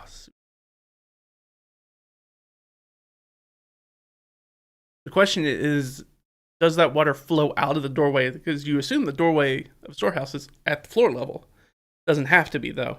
It could be at the top, and maybe there's a huge ramp down, especially if they had like a bunch of barrels and stuff. I could understand doing that. Having like a ramp down into it, which would be a cool way to do it. But otherwise, all that stuff's going to be underwater. I don't hate it being underwater.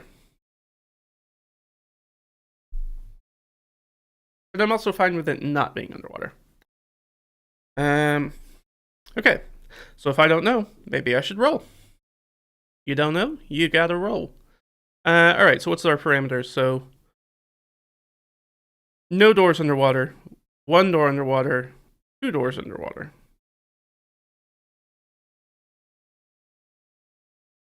So that sounds like a D3 to me. So if I get a 1 or 2, split up the parameters, and you guys can't see what I'm looking at, I can switch it back. I'm such a fool. You have to keep me honest, Chest. You have to keep me honest. So I'm gonna roll a D6. So 1 and 2. Nothing's underwater, so the doorways are gonna be open. 3 or 4. One of them's gonna be underwater. One of them's gonna be above water. 5 or 6. They're both gonna be underwater. Hot diggity dog. They're both underwater. Yeah, when in doubt, roll it out. Rather than sit here and think about it. Okay, so both doors are underwater. So yeah, that definitely has to be in here. So I need to do that before I even get here.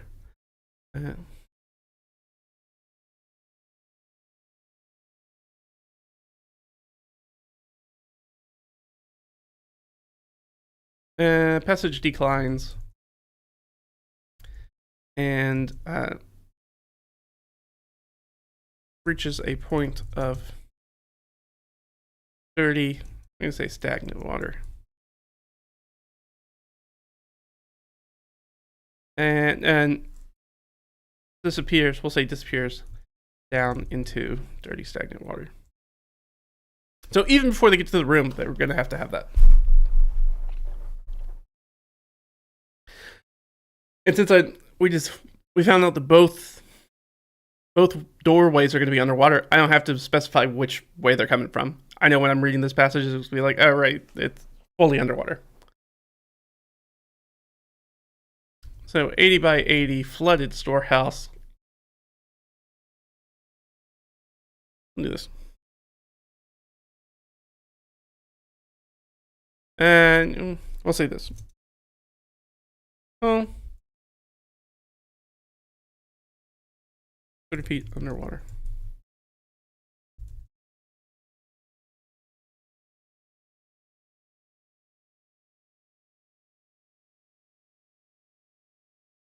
With brackish marsh water.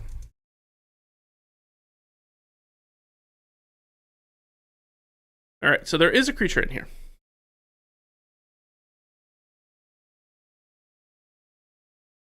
Alright, so now we've got our stuff in here.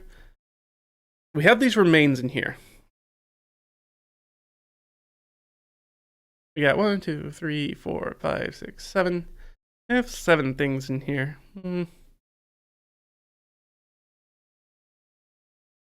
No, I'll roll a d8 and see if something... I have an idea, but I want to see what it is. Bones. Okay, I'm good with bones. Is there anything else in here? Trash. Yeah, that makes sense. Defenses. Defenses would be weird in a storehouse. Unless...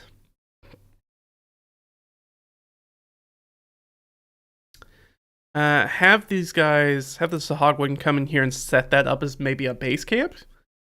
They have this nice, like, super protected area that's only one small way to get in here.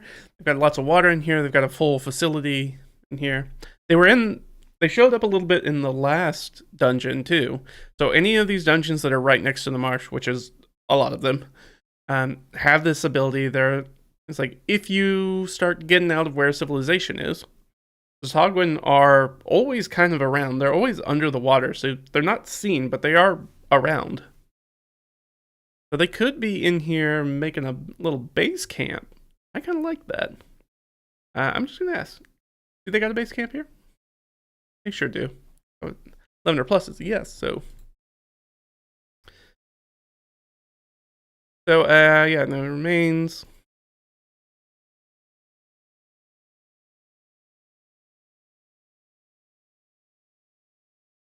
Fish bones. Let's go with fish bones.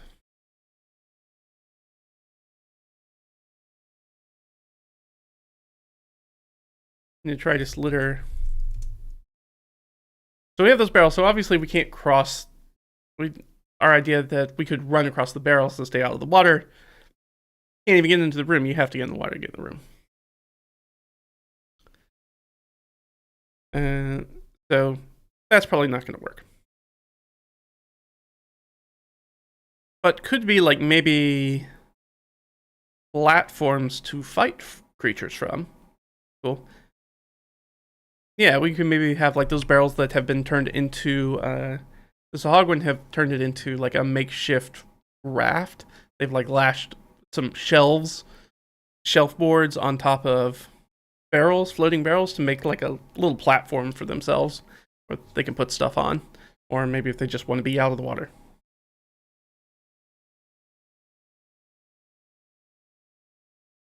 Though the air in here has got to be...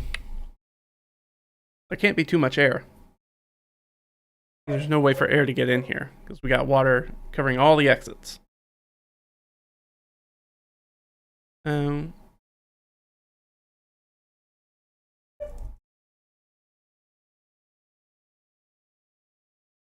Fish bones. We'll say fish bones, detritus,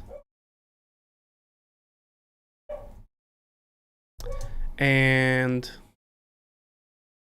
flotsam. So just stuff's just floating around.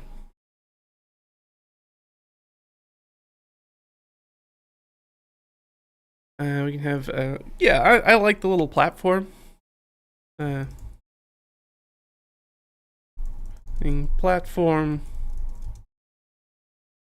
of barrels and shelves.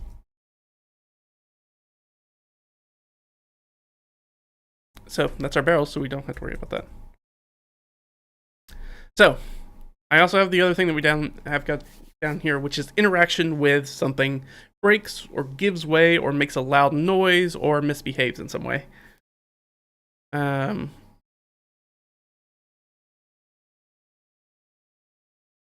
how long has this place been underwater?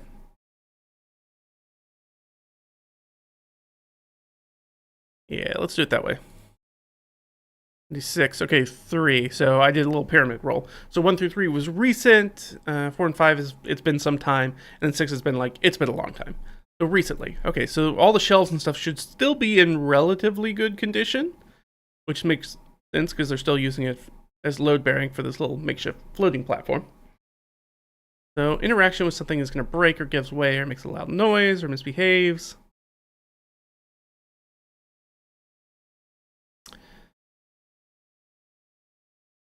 Because I think that in my mind, there's like, this is such a large place that I'm thinking this is almost like a warehouse kind of thing.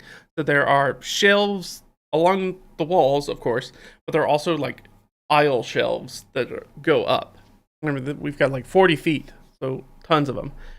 And I'm like, I think maybe if you walk on these, they're no longer structurally sound because of the stuff that's in them. So I think that maybe it's very easy to knock them over. Yeah, let's do that. And that may or may not be we'll do... Acrobatics check.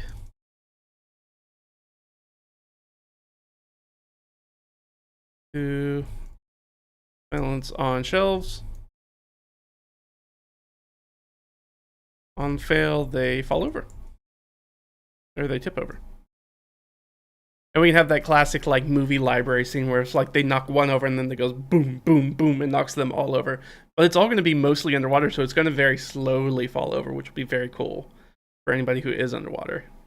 So it's unlikely that they're going to like squish Sahagwin or whatever creatures we put in here under those things if they're an aquatic creature. Because they'll have plenty of time to get out of the way because these things are going to go rather than bam as they're underwater. And I think it does that. It goes over all the stuff that was on those shells, many of which might be floating, like the barrels that were just stuck under there. Just go boop, boop, boop, boop, boop, float up to the surface, maybe hit people on the way up.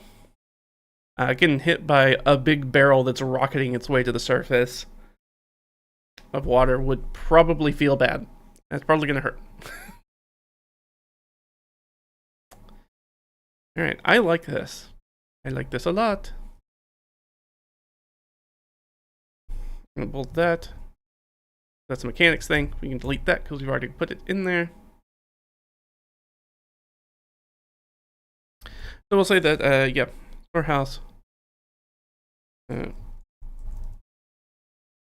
Line the walls and standing piles of shelves.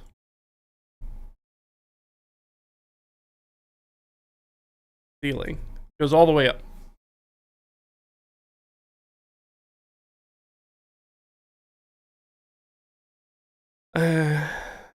Another breach in the wall, infiltrating brackish water. I guess I don't have to say brackish, and I could just say marsh water. I know it's going to be brackish because it's like a salt marsh. It's not like the adventure salt marsh, but like a marsh that isn't in a riparian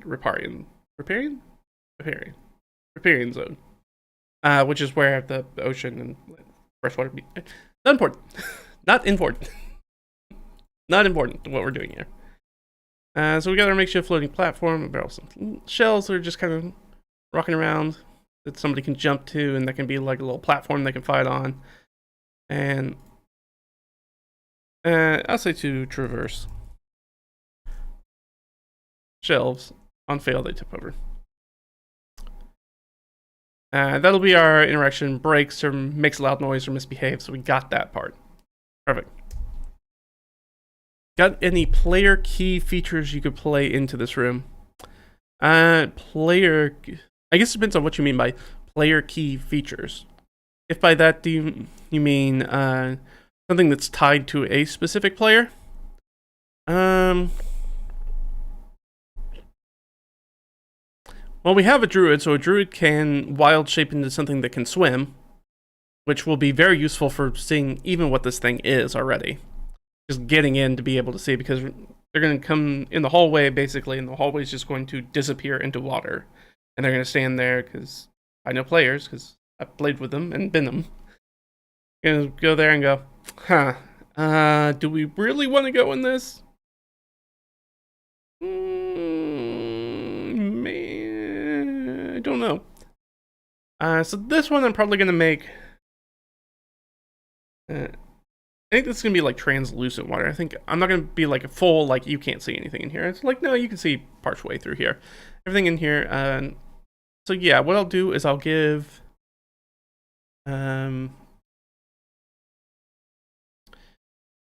yeah, let's do that. So we want to put something down here.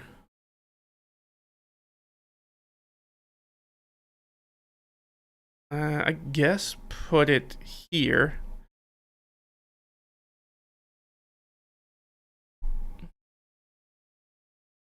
We'll say water. Water provides light obscurement.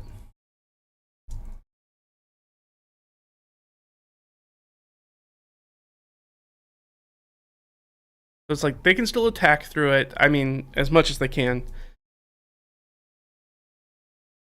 fighting in water in D&D is bad news for players. It's real bad. You don't want to do that.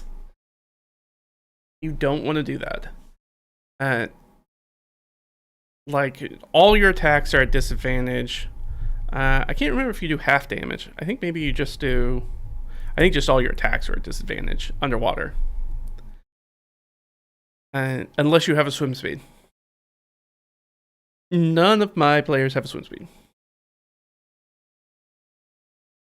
Natively. So, getting in the water, bad news. Luckily, nobody in this particular party has heavy armor, so that's not as much. I take that back. I'm pretty sure Caleb has medium armor, which I think is also still an issue. I think that still gives him disadvantage. Depends on which one he has. That may give him disadvantage on swimming. So it'll be difficult potentially for Caleb, who's the cleric, to make his way through this area. Because I think he wears medium armor. Depending on what medium armor he has. He might have a breastplate. At which point it won't matter. He'll have good enough armor. So, but yeah, in general, fighting in water, bad. Stay away from the water. You don't want to be in the water in D&D. I say that playing in a campaign that's now been going, I just was looking at it, right? I've been a player in it for, we're in year 2 of this campaign. Almost the entire campaign is underwater. Now we had to do shenanigans where, like, all our characters now have swim speed, so that doesn't affect any of our attacks anymore, which is great. We solved that very quickly. Because otherwise fighting in the water, like my first fight in the water went very poorly. I got KO'd in the first fight. By a shark. A shark attack. Did not go well. NPC had to jump in and save my butt. But since then, he now wears the crown of the bullywugs. He is the king of the bullywugs. Which is something that gives him swim speed and the ability to breathe underwater. But now he's a ranger, and he's a high enough level ranger that he can just swim now. He has a swim speed, which means he can make attacks without disadvantage anymore. A Fathom Warlock's dream. Yeah, this area would be really sweet for them. Or just in the campaign that's fully underwater. Yeah. We deal with a lot of Kraken and stuff too. Yeah. Fun campaign. I don't think any of us expected how much of it was going to be underwater. It's most of the campaign. Our DM is tired of doing combat underwater because every combat has to have the Z-axis in it, because you can always just swim up or swim down as well. And that's tough when you... Like, that's in every single combat encounter as an option. Hey, how you doing, Coder? I see you. So, it's a pain in the butt. He's like, I gotta get you guys above the waves. We gotta do some stuff in the air. On the ground. Terra firma, please. So tired of doing underwater. It's like, it's your campaign, man. Just stop putting us underwater. You're the one who put us there. Alright, so, our HOT. Our hazard, obstacle, trick, or trap. There are people in here. I think I need to say that because I haven't put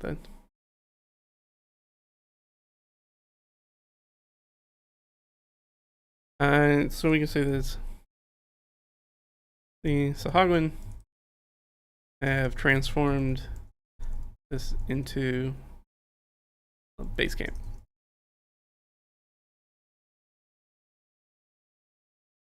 This area, this room, into a base camp. So the question is, you know, I said base camp. I'm going to roll another thing over here. Is it a base camp or is it like a way station? High is going to be base camp. Don't go no higher than that. That's the top number. So it's for sure base camp. You know, we've already got like 2 Sahagwin in here already, encounters. I kind of want to do something different. So I think what we're going to do is we're going to put some nasty fishies in here. That's what I like. We're going to put some fishies in here. Let's go to our 5e tools. And let's hit ye old bestiary. And let's get some filters going on. We're going to pull down that CR because we're not going to get anything that's like, I mean, it's 4th level, so we'll say at least, I can't imagine I would use the CR7. Highly unlikely, but we'll put it up there. I don't care about the type as much right now. What I want to know is, where's it at? I feel like I can never find it in here. Habitat, there we go. So we want coastal we can do. Abyss, Arborea, Arcadia, Astral Plane, Beastlands, Bitopia, Berserai, Elemental Chaos. Maybe I'll put that in there. Gehenna, Hades, Limbo, Mechanus, Celestia, Nine Hells, Pandemonium, Shadowfell, Elemental Plane of Water, Shramp, Undavata. Let's get some CRs in here. What's on the high end? Ooh. A Venom Droll? Ooh, nasty. Big ol' water elementals. We got some stuff down here we can mess around with. We got these Merfolk Skirmishers, which are technically elementals now. Some of the 2024 rules are weird. Those are fun, because I really wanted something that's going to be like, ooh, we can do some frogs. Frogs are fun. Giant frog, they have that swallow ability. We don't have any small. This would be good if we had some small PCs, but we don't have any small PCs. All my PCs are medium-sized. But I like where this is at. And so I like this, and I want to keep going with this. This is the sort of stuff I was looking for. So anybody who, I want to give them a real reason to stay out of the water. And then have things like this frog that, or something like that, that can like, do like a little spit attack or something, grab them, pull them back down. I like that. I want a giant seahorse.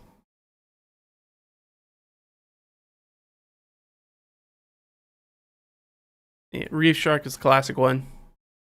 Sahagwin love their sharks. You can always drop them in. And they have the pack tactics. This is exactly the sort of... this is exactly what I talked about in my PC in the first underwater encounter getting taken out by. This was it. It was a reef shark. And this guy right here, that pack tactics, getting advantage, and yeah, being able to just annihilate me in the water. You're finding that in some Sahagwins. We're definitely going to have a Sahagi in here. At least one. Though I might bust him down. I might use the Kuatoa stat block. Simply for the CR reason. So I can get some more on the board. This is going to be it's a relatively big place. 40 by 40s. Is it an underwater dungeon? No, actually, this is just one of the few areas of the dungeon that's underwater. Good question. It's been broken into from the outside by these Sahagwin. So they have broken in underwater. And they have flooded into this area. But most of the dungeon is dry. It's just this specific room and a few other rooms that they've gone into. So I like the giant toad do probably... see, giant toad, CR1, can swallow a medium or smaller target. As opposed to the frog. Where's the frog at? Oh, there it is. Yeah, that's the difference between the CR1 quarter and CR1. Now, this is an APL 04 dungeon, which means we can throw some of these guys in here. While swallowed, the target isn't grappled, but has the blind and restrained conditions, which is literally the same as grappled. All grappled means is your speed is 0. Guess what restrained does? Makes your speed 0. It has total cover against attacks and other effects outside of the toad. In addition, the target takes 10 acid damage at the end of each of the toad's turn. The toad can have only one target swallowed at a time and can't use bite while it has a swallowed target. If the toad dies, a swallowed creature is no longer restrained and can escape from the corpse, using 5 feet of movement, exiting with the prone condition. I'm a big bully when it comes to being a DM, so I'm absolutely going to put these things in the water, so they have to contend with that while also being suffocated. And every time they take damage while you're underwater and holding your breath, you have to make essentially a concentration check. You have to make a con save, or you start losing air, and then you start drowning. I'm a bully. I will kill your PCs. That's what we're here for. It's dangerous. Being an adventurer is dangerous business. So I want to give them real good reasons for not wanting to be in the water. This guy will do that. This giant toad is absolutely going to do that. So I can do that, and then, I'll probably use the Bullywug Warrior. Speak with frogs and toads, yeah. Tactile Rapier. Ooh, they do poison now? Dang, dog. That's an injury on top of insult. You're dropping things to do that. And CR 1/4. That's why I don't even, like, most, when you're a level 1 party, you're fighting things that are like Bullywugs, that are like CR 1/4. 2024, when you're like, hey, by the way, they also do like 2 dice of damage every time they hit you. It's like the piercing damage alone can kill a first level character, or at least KO them. The poison damage for sure makes that a possibility. You're talking on average, when you get hit by this guy, he's dealing 8 points of damage. That's a one and done for anybody who's got a D6 hit die, for the most part. In one fell swoop, and you're not just going to be fighting one of these guys. You're going to be fighting like 4 of them. Leve. There's stuff about the 2024 thing that just makes me batty. Like, it somehow makes the game more difficult. In a way I don't think the intention was.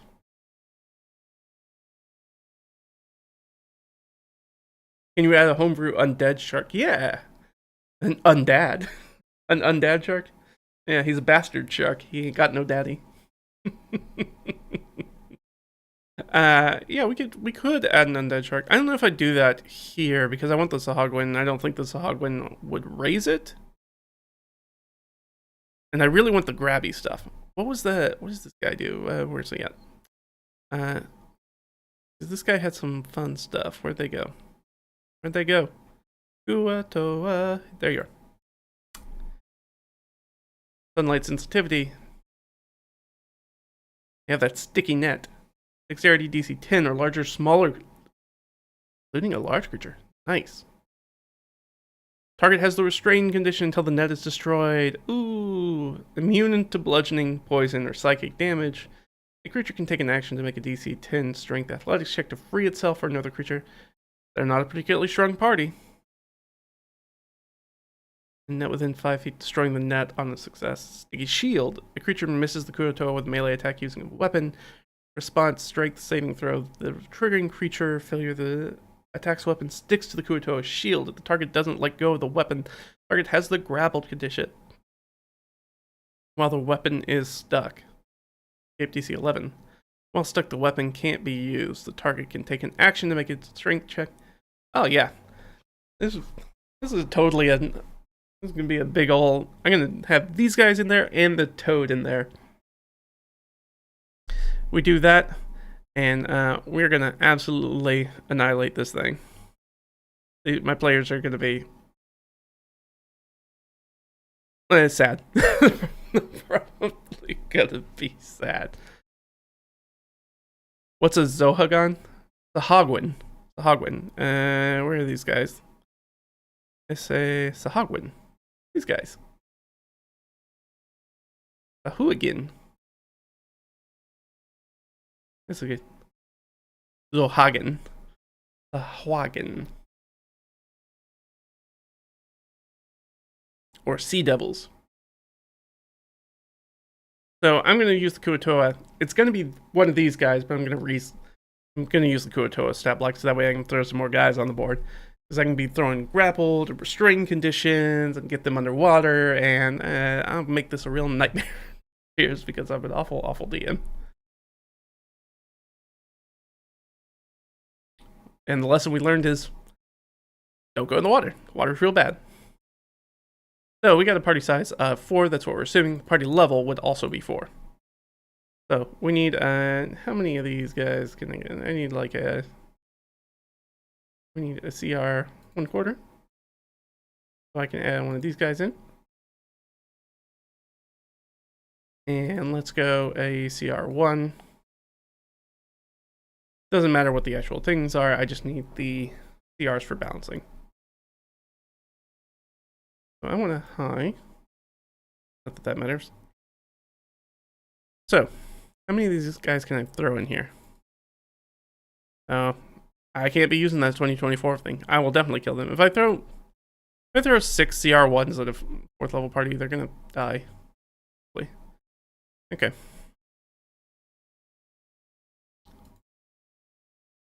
And let's go down to CR 1/4.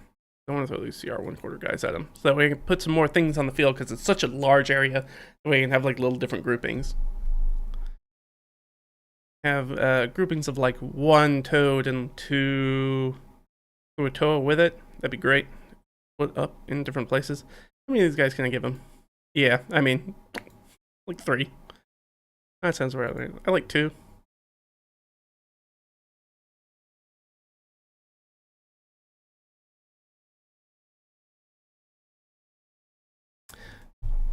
Yeah, so I could have 2 groups. Toad, Sahagwin. So 2 groups of 3 in different areas. They're going to be using that sticky shield, getting the weapons off of them. They're going to use that net to tie them up while they're got that grapple. They can hit them with a toad, can hit them with the tongue. Grab them, drag them down into the water. All these things are aquatic. Oh boy, bad day. Players can have a bad day. Or they'll step in and fireball them. Whatever. Doesn't matter. Alright, yeah, so we'll do...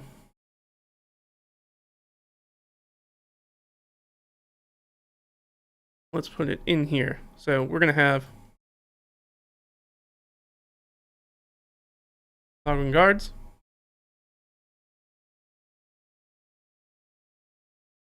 And that's, we're actually going to use the Kuatoa.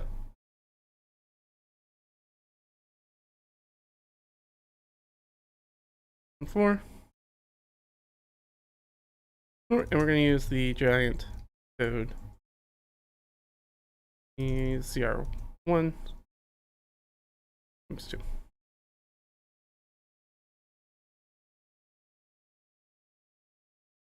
We got 4 of those guys. Actually, I should probably put those at the front to make it a little bit easier. At the end. And 2x. Giant toads.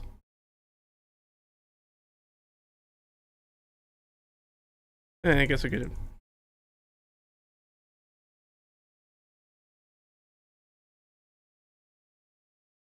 Nice. So remember that they're coming in underwater. There is a chance they will just sneak up on these guys. If they sneak up on these guys, they'll have a much better chance of doing something to them before trying to get into an underwater fight with these guys, which will go very badly. Oh, they look like cool evil fish. Yeah, they're exactly that. They're exactly that. They show up actually in the very first Final Fantasy. I'm pretty sure. If I pull these guys up, yeah. Just look at them. Alright. Yeah, they're real nasty looking dudes. Then there's these guys that have 4 arms that are Baron. They're called Barons. They're big nasties. We fight a whole bunch of those in the campaign, the underwater campaign that I'm playing in. Fought these guys a bunch. They're fun. I like using them.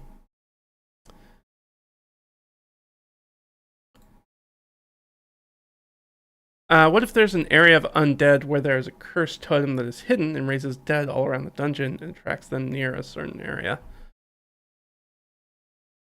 We have a crypt.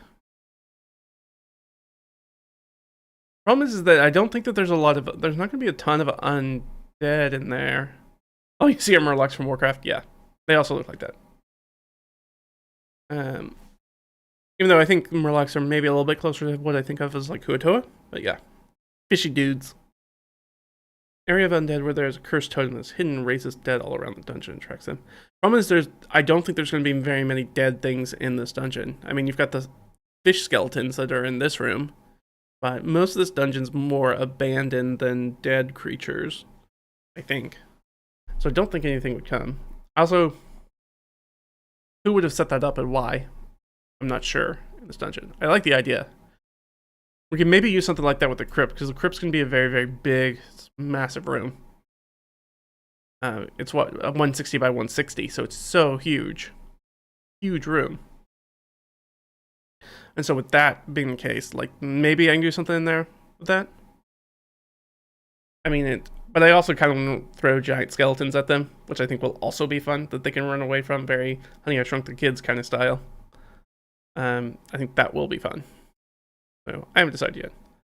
And this was assuming these dimensions are still wrong, aren't they? Because, you know, well, we're right here. We can do this. Filters. And clear. I need to find giant. Why am I doing that? That was dumb. I should just look for the giant type and just click that as the filtering option. Giant child. A troll limb. A young hill giant. An ogre servant. Ogrelon. Because I'm pretty sure most giants.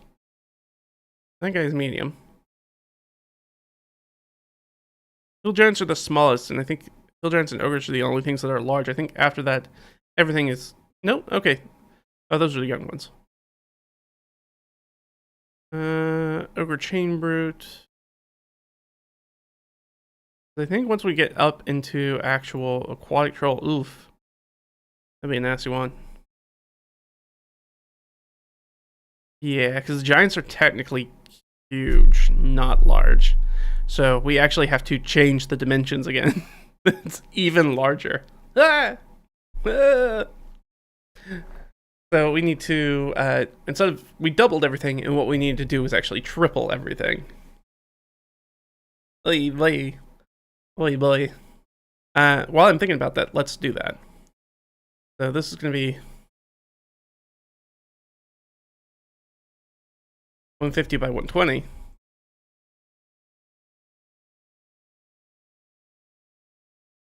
Uh, 240 by 240. Wow. These are what I love about doing stuff like this, though, about making a area that's so large in the game, is that you get to use some of those, really showcase those long-range abilities that often don't come up, like the spells that have 120 feet casting. The reason why you would take something like a metamagic fire spell to double your range. Like, it gives you a really good reason to do that stuff. Stuff that doesn't often show up. Having a longbow that shoots like 200 feet still means that you can't, but shoots like 600 feet in its long range. So it's like, can still shoot something all the way on the other side of the room, which most things aren't going to be able to touch. Really cool. So you can give them an opportunity to shoot and do cool stuff like that. Alright, so this is going to go 120 by 120. So it gets, again, big. 120 by 90. 90 by 30.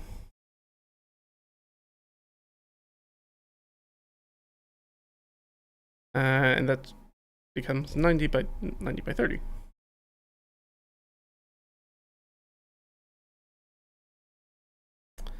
And that's 90 by 60. Perfect. All right. So now it's done. Now I have corrected it. Things are as they should be. I really thought we were gonna get further in this, but we're running shy on time. That's okay. I don't hate that. But we are running a little shy on time. So I could push it. We could do one more room after this. How about that? But I will have to take a little break. We can get some more coffee and so we're gonna use the restroom, honestly. All right, so we did this one. We've got our creatures in there. We're gonna need some loot, which will be pretty easy to figure out. And we've got the hot. Now the hazard, obstacle, trick, or trap. The hot could be shelves and stuff. But this is already, we're piling on here. If I put a ton more in here, I've basically made a murder trap. I have made a murder room. If my players go in here, they will die. Which is, and with the threat of death. I don't necessarily want them all to die. Maybe just one. Maybe just one. One PC death we can deal with. Can't have the full TPK though. Hey! How you doing, Kearney? I see you. Thanks for dropping in. So I think this hazard, obstacle, trick, or trap, I think they made it a base camp, so I can't imagine that it's not a trap. I think it has to be a trap. It simply must. It simply must be a trap. I think we've got some... Do I have the trap stuff in here? Yeah, let's do some traps. Roll a d24. We'll roll 2 and see what we'll come up with. I like to do that. Get an 11. Hey, baby. 10 through 12 all does the same thing. That's a murder trap. It just kills people. It just does straight damage. Lots of stuff are going to kill people in here, though.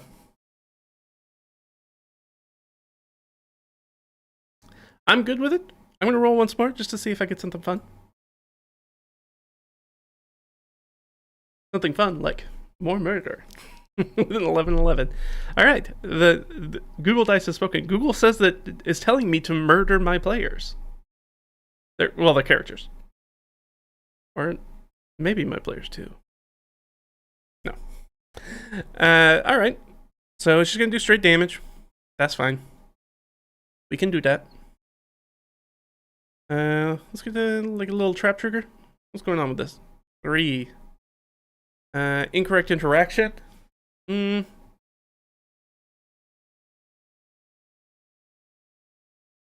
thinking this is probably going to be like some sort of magic ward.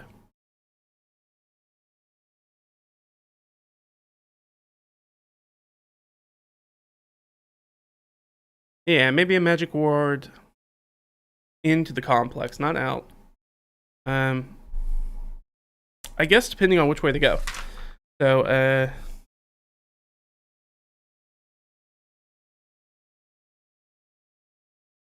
well, we know they've kind of come through that way already. Because they've got the flooded captive room, and one of them's already in kind of like the gambling hall area. That way's fine, so I think the other way is trapped. Oh, what an insult to injury. I mean, like, after they get through all of this stuff, and then they go through, it's the exit door if they go that way, that they're leaving, and that's when the trap hits them. Man. That's a real knife in the back. just right at the end, just in one, 2 for flinching kind of thing. They need more holy hand grenades fans to make it through here. They need something. Yeah, if they go in the water, they're going to be cooked pretty bad. It's the nature of the game, baby. You don't have to fight everything. In fact, fighting is oftentimes not smart. This is maybe one of those things where you run away from them. Or you certainly don't try to fight them in the water, in their natural habitat. They're going to make you... They're going to roast you if you do that. Okay, is there any reset on it? Automatic timed, okay.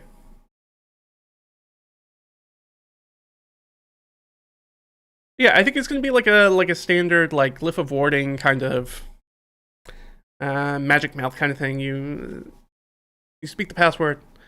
If you speak the password, then nothing happens. You screw up the password or try to pass without it, you get a big old face of magic arcane blast. Even though there aren't any arcane mages in here. I'm okay with that though.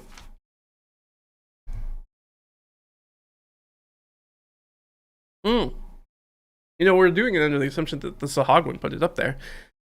It could be fully fiendish. Yeah, you talked about adding a key thing. I know at least one of my PCs speaks Infernal, so I can put it in Infernal, and they can get the note of it. I like that. Yeah, so I'm not gonna fill out the riddle right now because that'll probably take me some time. So I think it'll be like a riddle in Infernal. So I like that. So which area would that make sense to go to?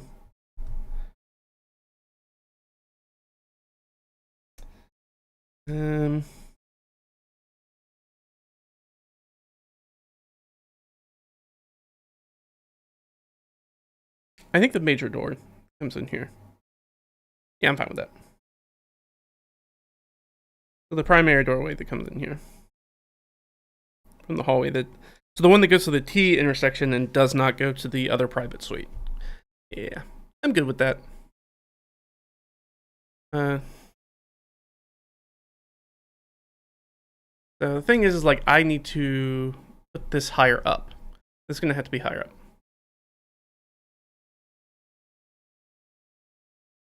It'll need to go before the actual storehouse. There's a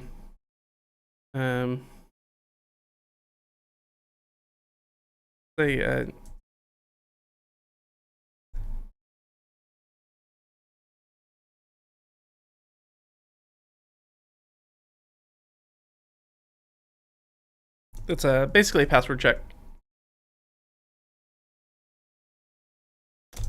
Or it's I guess deck save. And baby, it's a murder trap. Question. What's this? Is it an AoE? I don't think so. I think that's unlikely to be an AoE. Alright, -3 is 10. 10 is no. Honestly, it's going to be awful either way. But, alright. Hey, it is what it is.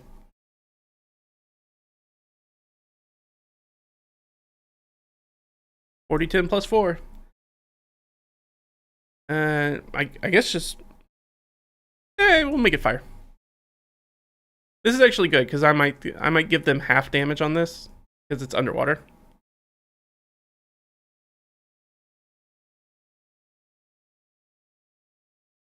Yeah, it will be like it's half damage for underwater.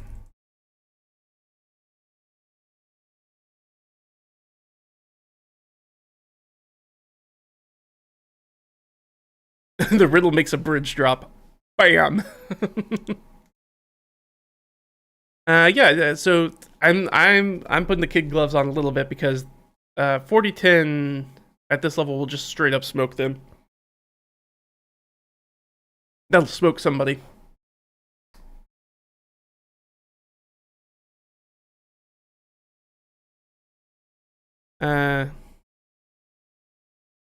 But so I'm gonna put it on a recharge 6. So once it's expanded and goes off, I'm gonna start rolling d6s. Recharge goes again. So that way it'd be like, hey, once it goes off, if they decide to make a run for it, however many of them can get through, can move their guys through, or say that they move through before I roll another 6.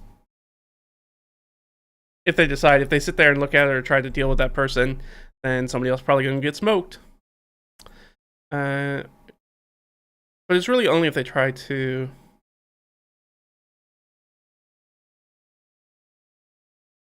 When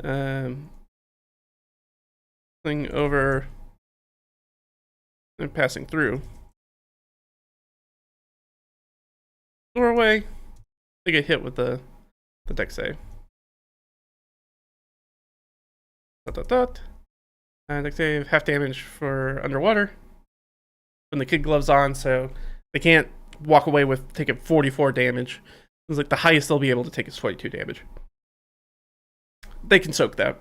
They should be able to soak that. Even if they're coming out of that combat, that shouldn't be, even if they were at 0 hit points, I mean, it might be there,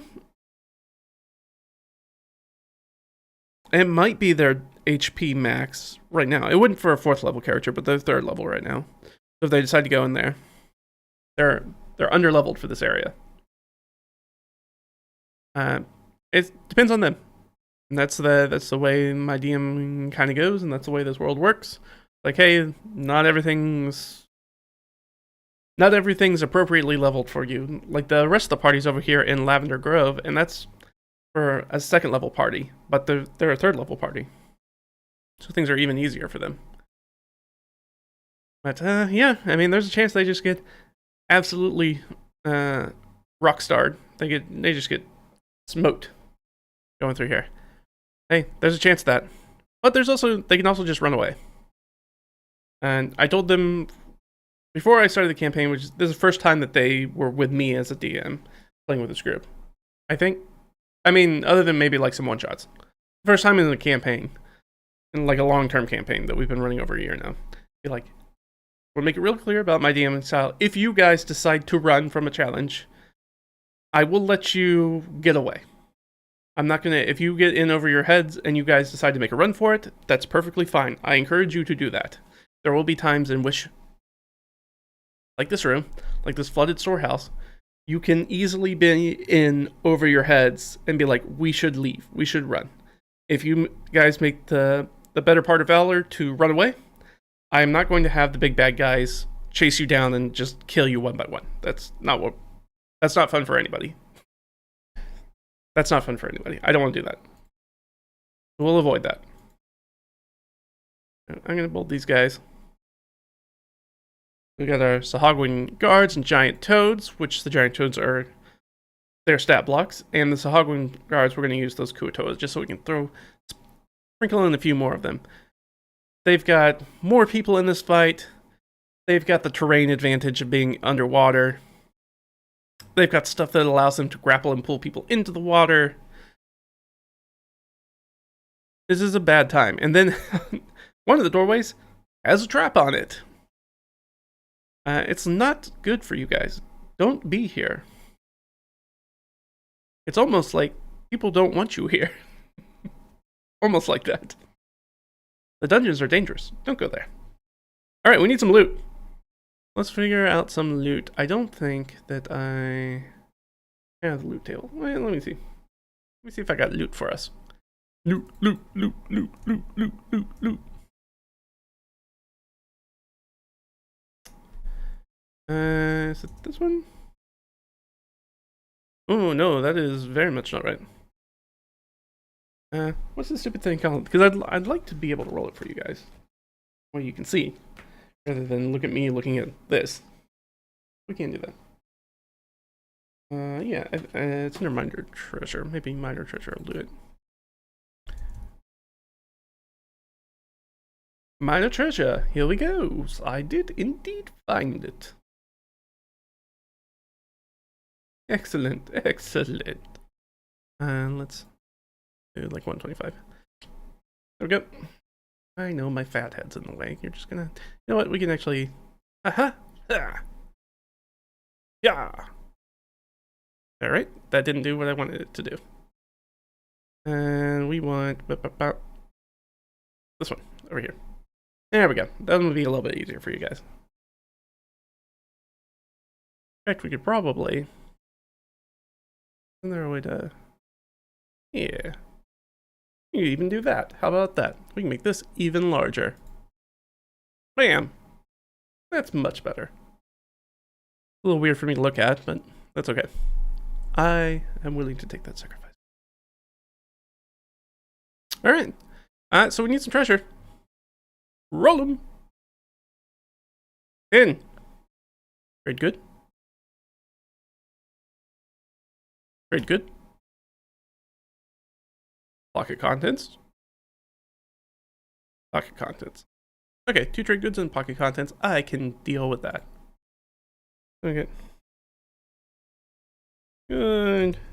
Trade good. Contents. Pocket contents.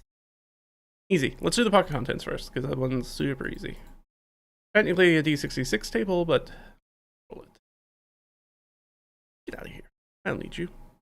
I don't need you either. I don't need anybody. Alright. Bucket contents, bucket contents, bucket contents, bucket. Oh, there we go. 2, 5. Bum. 1, 2, 3, 4, 5. Pocket lamp. Great. I like it. And a bit of clothing.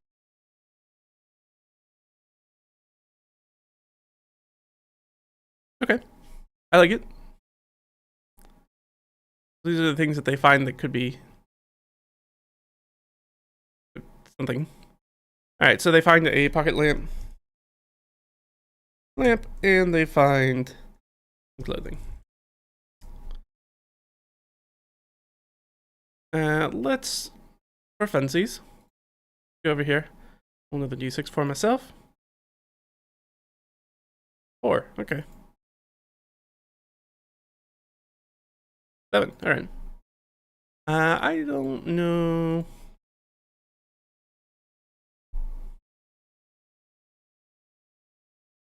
$15 gold.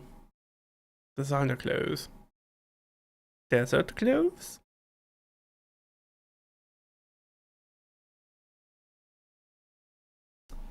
From the steppe. Clothing, cold weather. Clothes of mending. Or a book.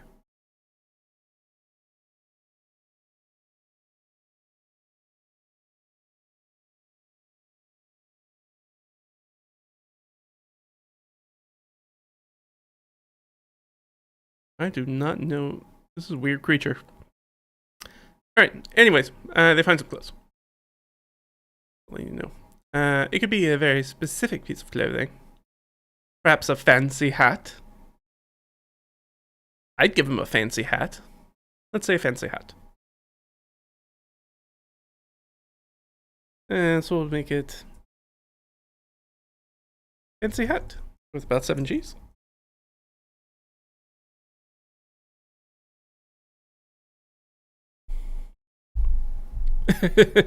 And I mean, if my party pisses off a powerful, intelligent monster, they are not going to end well if they are unprepared. Yeah.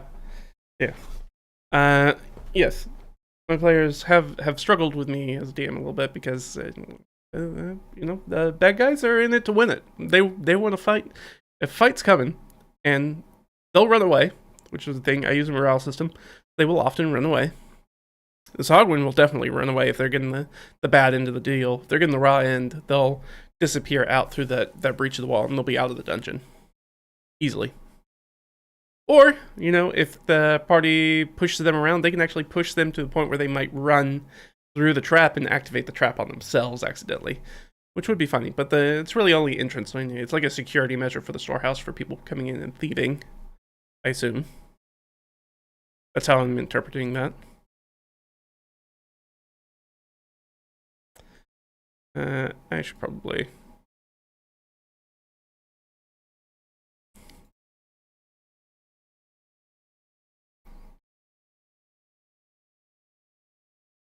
Alright, so we got a fancy hat and a pocket lamp. I like it. We have some trade goods. Trade goods, 17 and 12. Reserved food, makes sense. We're in a storehouse. Herbs and spices. The 23 distinct flavors that make Dr. Pepper amazing. Alright, yeah, so herbs and spices, reserved food. Those make sense. Those seem like things you would find in a storehouse.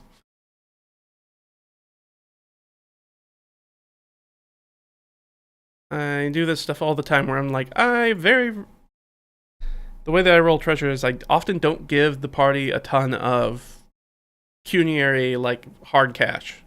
They generally get things that they then have to translate into cash by selling it.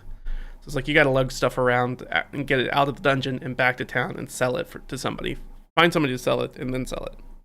Alright, so we had preserved food, which is good. Actually, this is great. And, well, if they were immediately going here, it would be good. Because they are low on rations. Or some of them are low on rations. Some of them are fine. Food. And we have herbs and spices.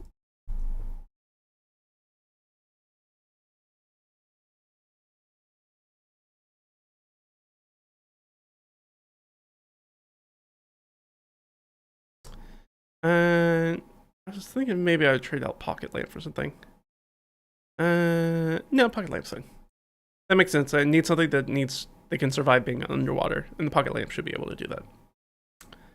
Who knows if the oil in it is any good, but alright. Back to the minor treasure tables. Okie dokies. So, here we go, here we go. 3. Okay. A D10 and D20, I like it. Ooh, a D10 copper pieces. Not great. A D20 copper pieces. Almost not of worth going in here. That is quite low. Let's get a reroll on these guys. Alright, that one's not any good. Alright, so definitely we can go with the copper. The preserved food probably is fine. It's probably not worth a ton of money. That makes sense. Can't imagine that a jar of pickles costs a lot in Faerun or any other D&D style setting. Probably not. 19 is going to get platinum, though, which is going to make way more sense.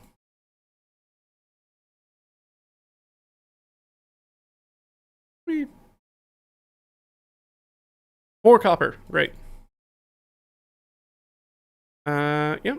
I'll go with that. We'll make it 8. There's 4 people in the party, so 8 platinum. Perfect. Alright.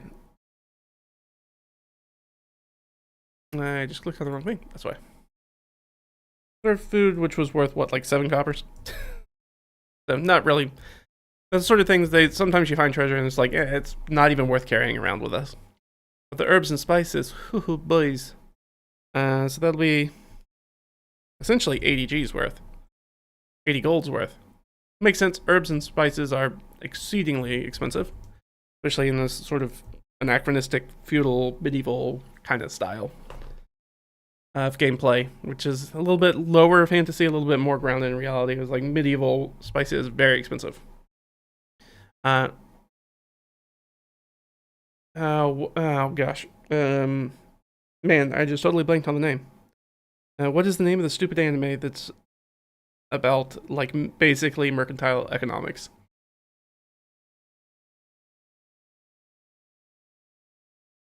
Got the wolf girl in it. Like the... Anyways. There's an entire thing where they talk about converting their money, because money is metal and it's heavy. So 500 coppers is only worth about 5 gold, but 500 coppers is a buttload of stuff to carry around. And be one of the things the travelers do. They will convert that currency into a trade good that's easier to carry around with them.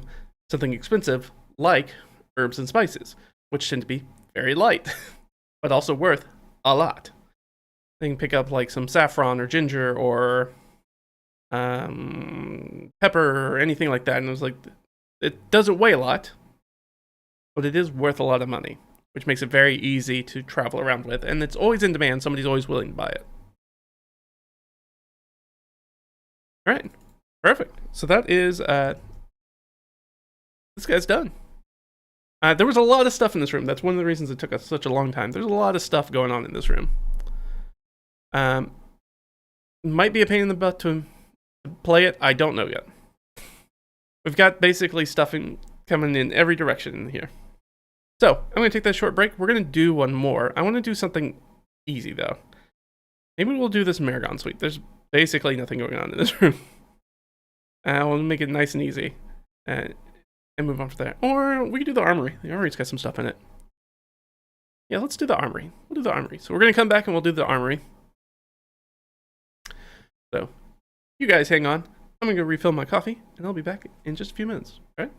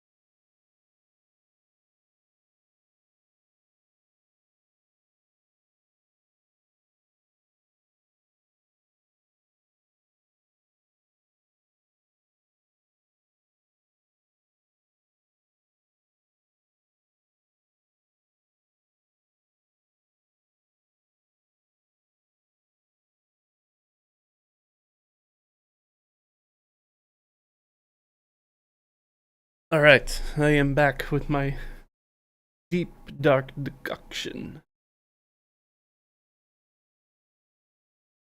Black Witch's Brew. Ah, tasty. And we got my cohort with me. Camera, you can't really see him. He'll probably be moving in and out though. Let me finish up.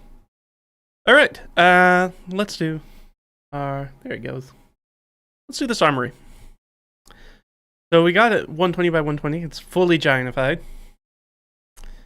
Surprisingly clean or dirty. It does have this debris pile.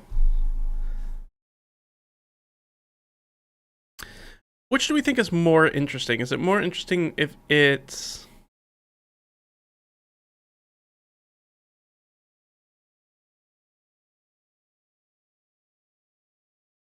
I'm gonna go with surprisingly dirty, I think. Because I think there's gonna be stuff that's piled all over the place, this debris. I think there's a bunch of like furniture, like mannequins and stuff. Everything's just gonna be like falling all over the place. Maybe like it's been rifled through, maybe not.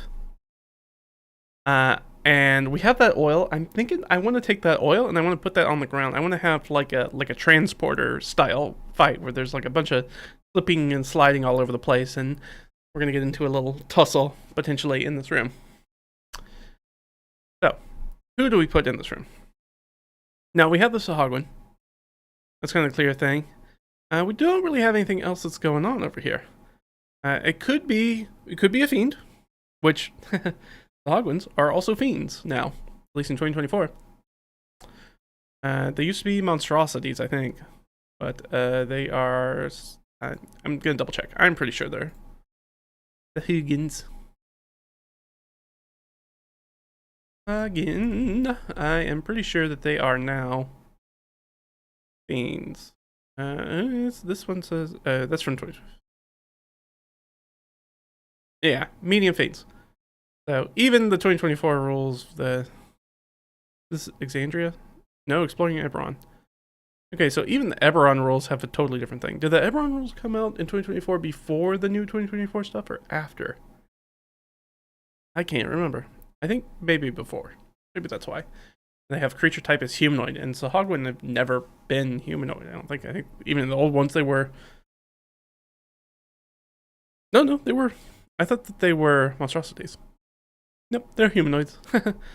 Know me. Respite.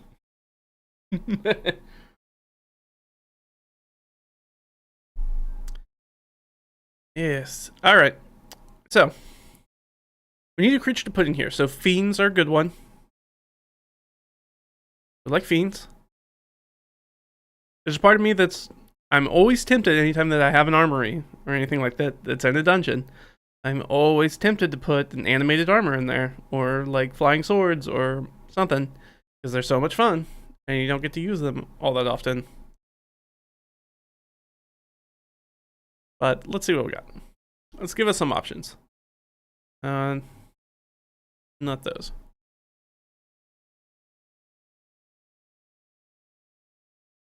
We could have some low levels, because the Merregon's... I can't remember what CR he is. He's up here, though, somewhere. I think he may be a CR4. Yeah, there he is. There's the Merregon. He's a toughie. Devil's Sight. Get the magic resistance. Get that halberd.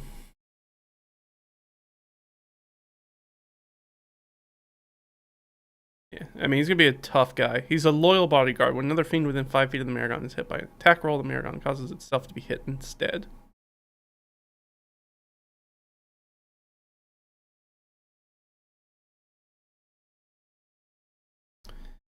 Get some Lamias, Incubus.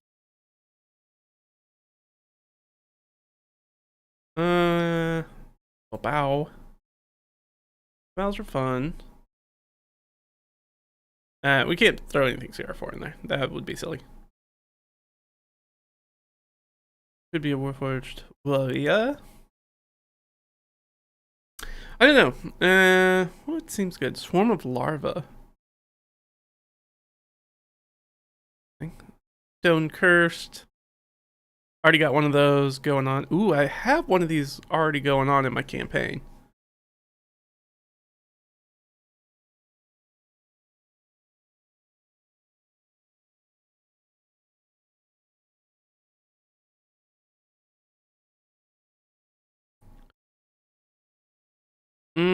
I can make it one of the dummies and beef it up to giant sized. That would be fun. That could be fun. I do like that.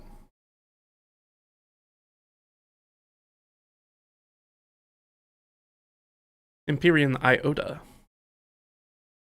Incorporeal movement, magic resistance, otherworldly strike. The Empyrean casts one of the following spells requiring no material components. Bless, Lesser Restoration.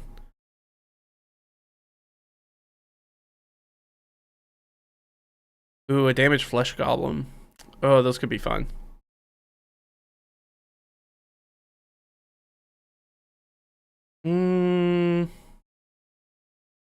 Yes, this potentially could work. Hellhounds are another good option. Yeah. I'm thinking maybe that flesh golem. I have an idea. Like if these golems, it's damaged because they were using the fiends were using them as target practice to test out their weapons and blades and stuff. Even though this is in section B, so it should be in the giant section, but the fiends have been in here.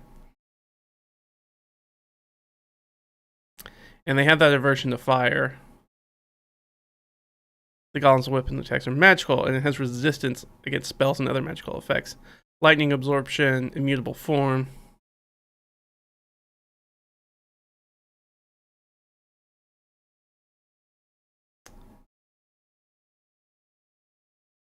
Where's the thing at? Isn't there a golem control? Place, no. Give me more. Steam, golem, sapper.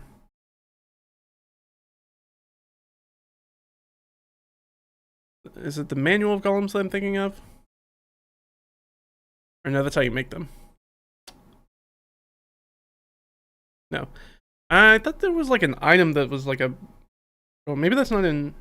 Maybe that's an older edition I'm thinking of. Yeah, CR rating is like the level, like, so...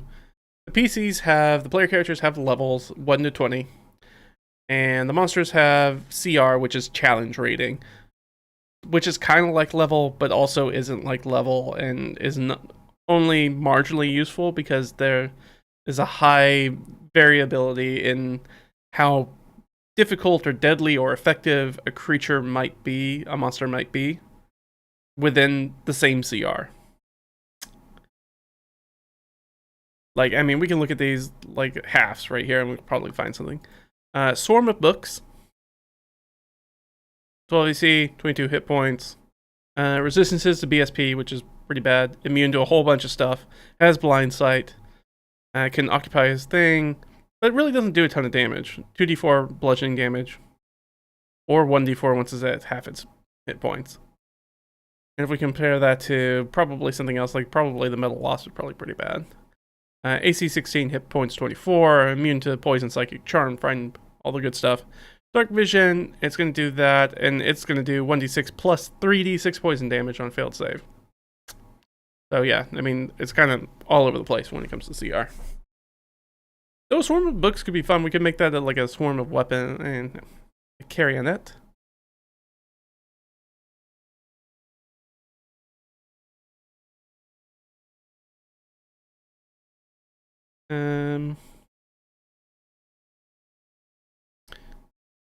I think these are dead people that are turned into dolls.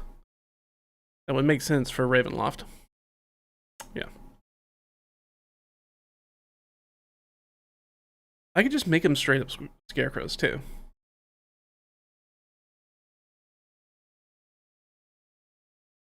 Any of these would work.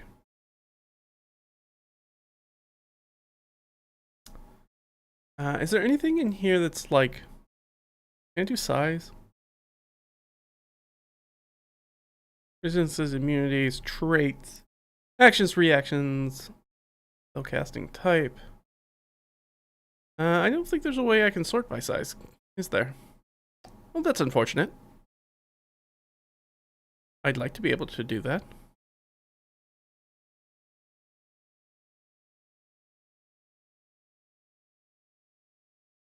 You know, I'll add the giant tag just for fun. Let's see.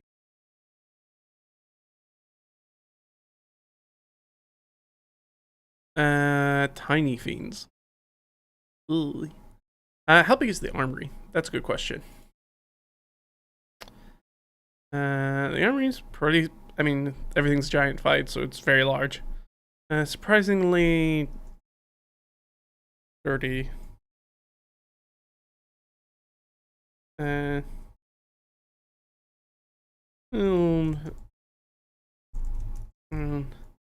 let me get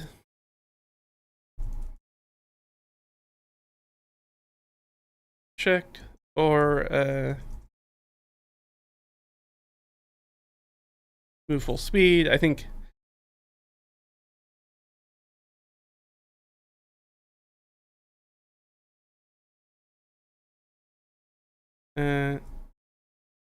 difficult. Yeah, I guess just half speed.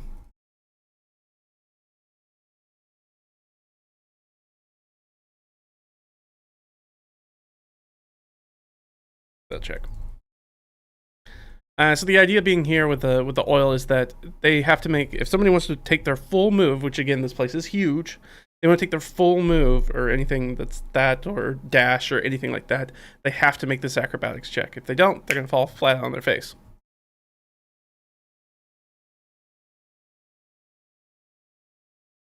Which will then take half their movement just to stand back up, at which point so trying to get around is going to be a pain in the butt.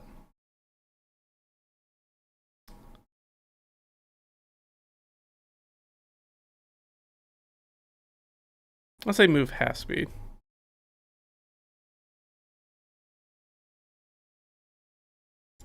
So it still means like if they're in combat and they want to like move 2 squares or 10 feet or something like that, or disengage and move a few feet, they can do that without having to make the check. I don't want them to constantly be making the check, but it's like if you're going to go somewhere or you're going to try to get to someplace quickly, then you're going to do that. It's a giant armory again, so everything's sized for size category giant. So instead of put in context, a medium or small character takes up 1 square or 5 feet squared. A giant creature takes up 15 feet squared. They're much larger. They're much larger. They're 45 total feet. So they stand up much taller too, 3 times the height, essentially. So there are things that they'll be able to climb on in here, like they can get on weapon racks and stuff like that. They can get inventive with it if they want to. And then get up off the ground, not have to deal with the oil, and maybe get away from this creature. Though I think the creature, I assume, ooh, what size is the flesh golem? I think I'm gonna go with the damaged flesh golem.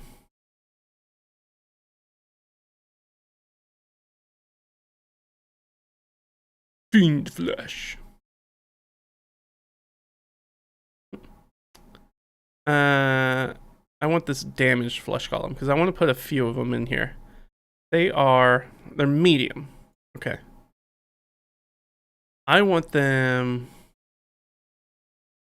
to be large. Well, my thought is like, if they made the golems out of the giants' corpses, they're going to be big. Topic. So those guys are large. Yeah, because I was like, I think most of the golems are large. I think some of them are even bigger. The horde golems. Yeah, the horde golem's huge for sure. We fought one of those in the campaign that I play in. That was a real pain in the butt. Actually, the last campaign I played with that group. We walked into a room that had a bunch of treasure in it. We didn't think twice about it. And then got wrapped up in a fight in a small room with a huge creature. It was very difficult and was not what we were expecting. But once you kill it, hey, you get a whole bunch of treasure. Nice.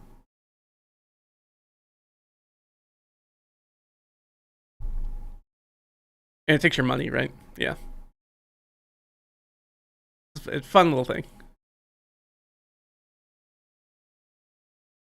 But yeah, I think there are a few that get huge though. Is it the iron that's huge?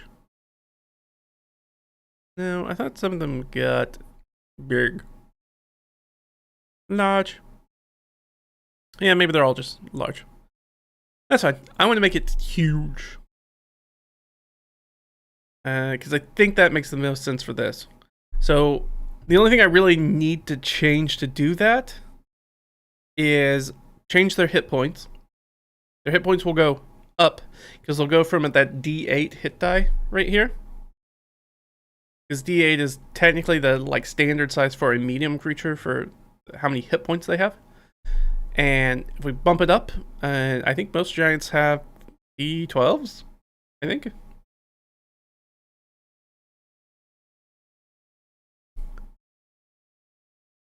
Yeah, they got D12s. So we can bump those up to D12s. We'll make it that way, and now these things are more difficult to deal with.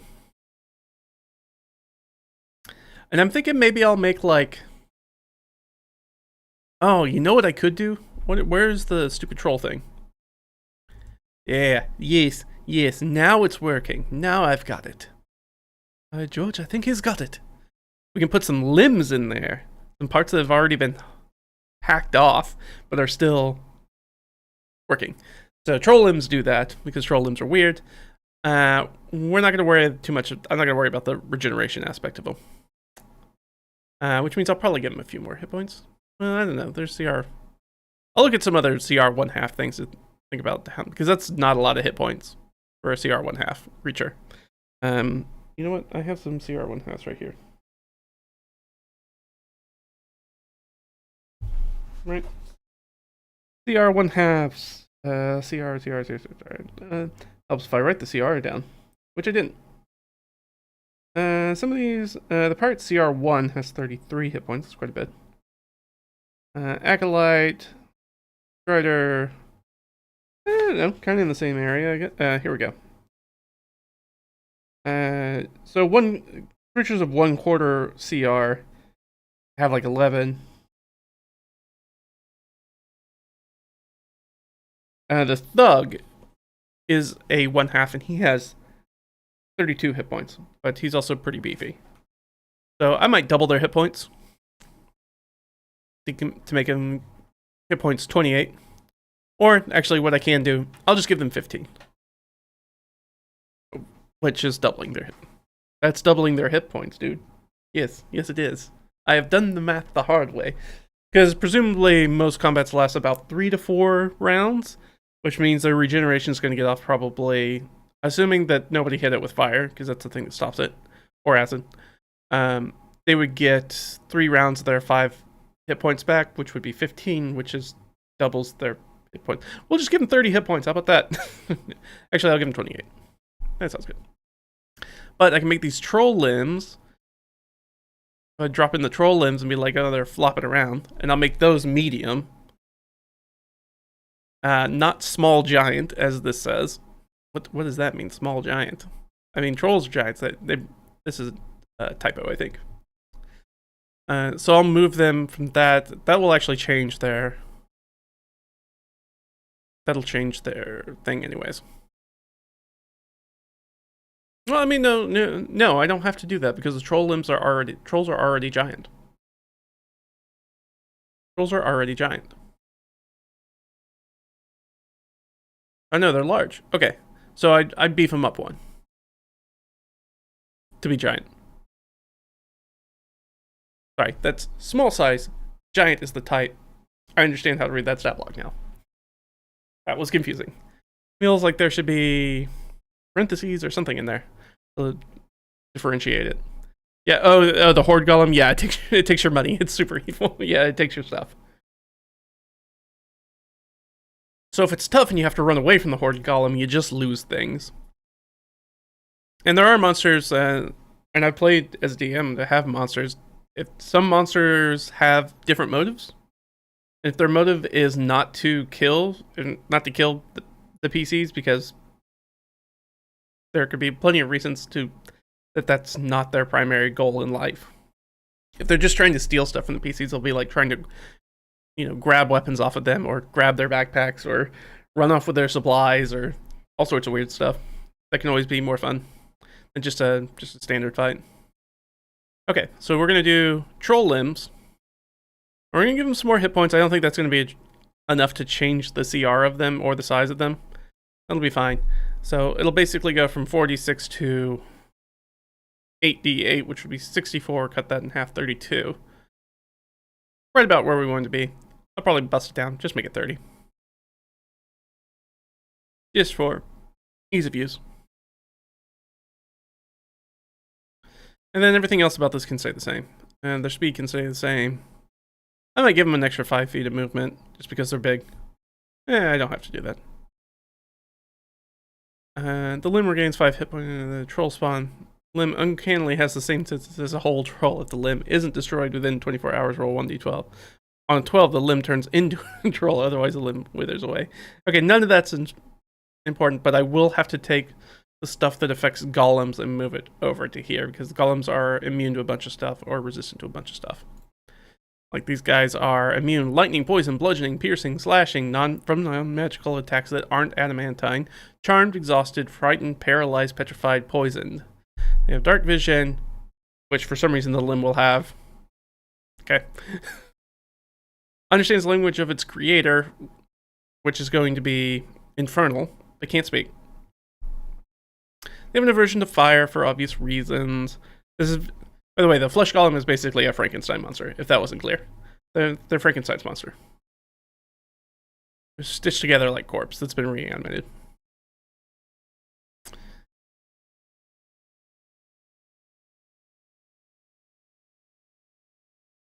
And it really goes into a rage. Yeah, this will be fun. I like this.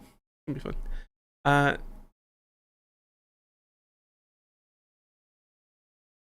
Oh, maybe just straight. Why would this guy be this? He got 5 hit points? Alright. Damage. This can't be right. Can it? What was... How much do they usually have? Oh, 127. Yeah, alright. Well, I'm going to give them something. You know what? This is all work. I'm getting way down into the weeds. I don't need to do that. I'll figure that out later.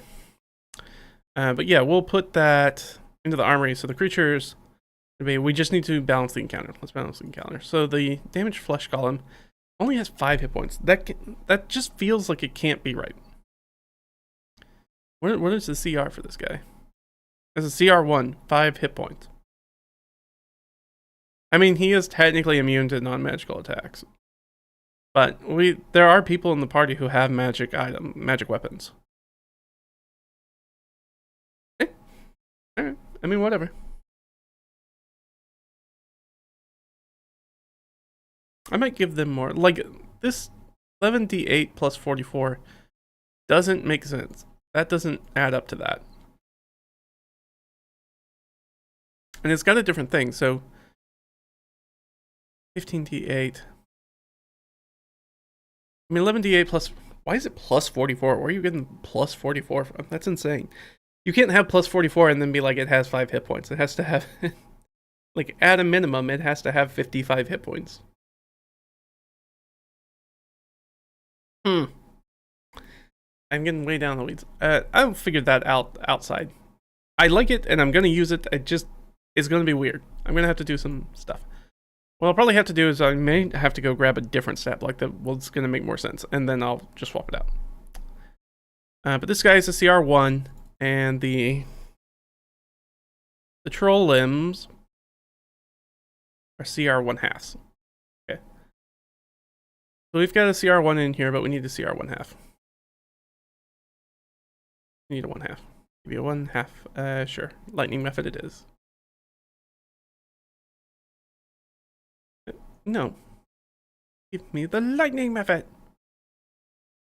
And the raccoon must go bye-bye.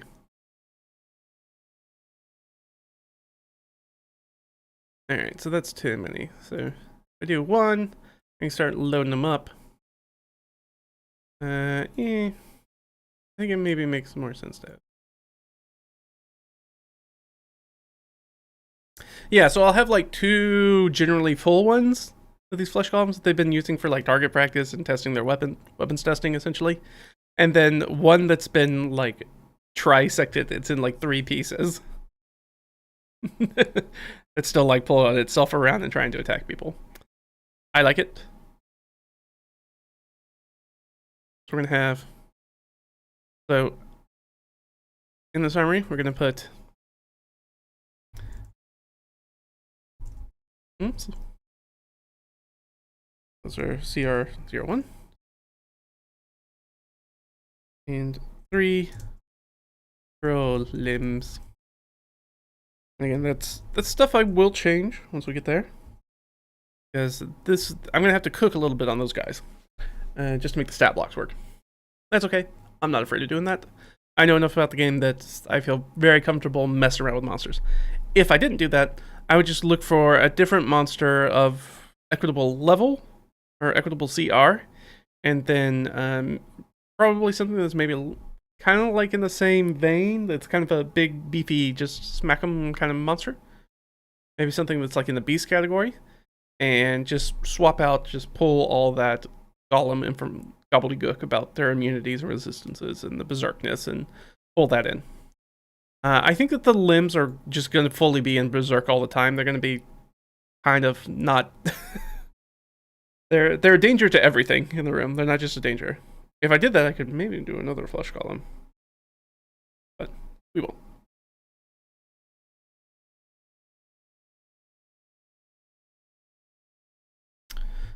Do I have any NPCs in the dungeon?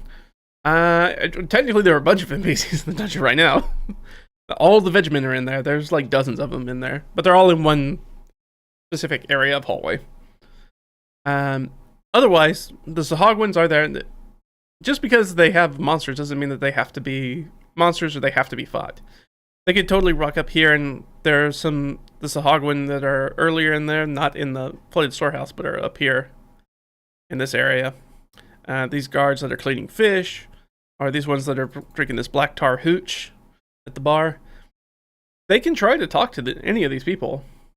The problem is that I don't think any of these guys speak common, and my party probably doesn't speak Sahagwin. Whatever they speak. Which might just be, oftentimes it'll just be like, they speak Sahagwin. Languages, Sahagwin. Great. So they don't have, I typically don't make the monsters speak common, because why would they know the human people's language? They're not human people. I also just don't use common a ton in my games anyways. There's no like straight up universal language.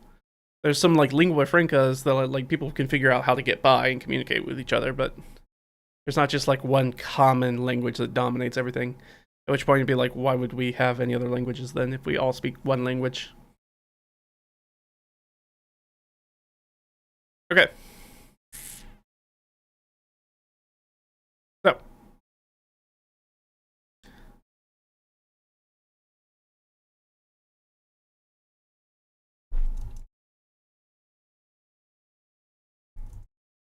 Rest of my items and knocked over weapon, racks, weapons, armor.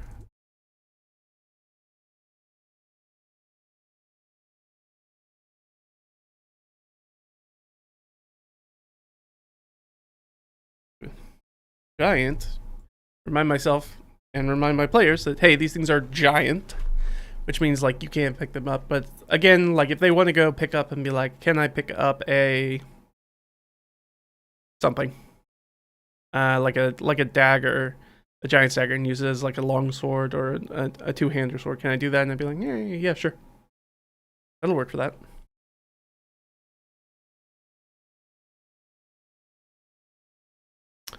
Is there anything else that we need to do? Because that's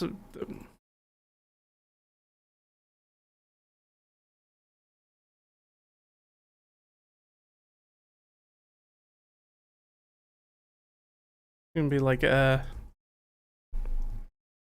strong smell, oil, and did I spell that correctly? I did not.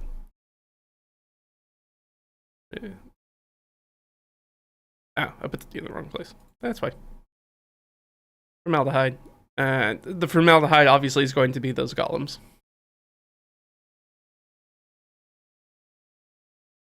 I'm gonna say smell of grease, steel, formaldehyde.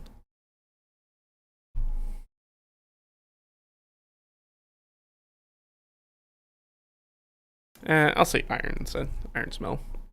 Usually don't call the smell steel. It's usually the smell of iron.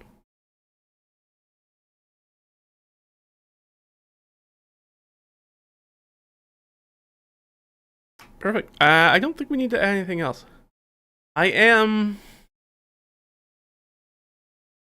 Part of me wants to put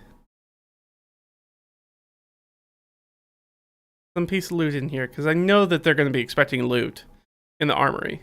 You almost always expect loot in the armory. Now, I know that everything's of a different size. They already have the Matic. Or not the Matic. The Pulaski. I forgot. I always forget that I changed it. From the Maker's Matic to the Maker's Pulaski. Which is a fireman's axe. So they have one magic weapon. There's really only one person in the party who does primarily weapon attacks. Everybody else generally casts spells. But there could be something in... You know what? I bet there's... I think give him like a truncheon or something. But I'm trying to think, because Caleb uses a mace, I think, but he also uses a shield, so he needs something one-handed. I'm just looking up.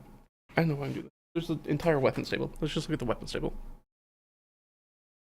because I do kind of want to put something in here. There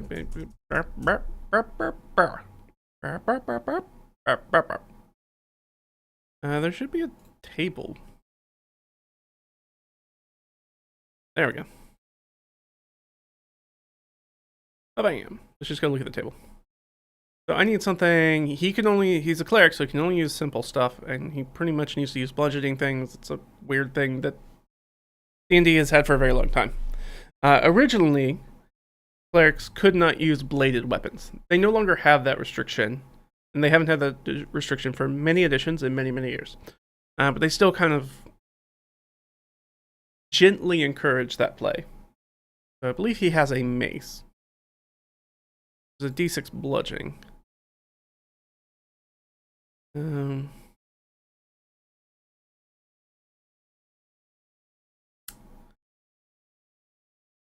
thought there was like a big club. Am I thinking? Maybe I'm thinking older edition. I thought there was two-hander. Oh, the Great Club. There we go.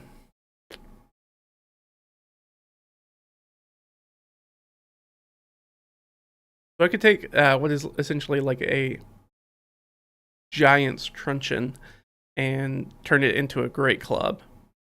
It won't be magical, but if they want it, they can have it. Oh, well, we did say the fiends were here, so the fiends could be using stuff.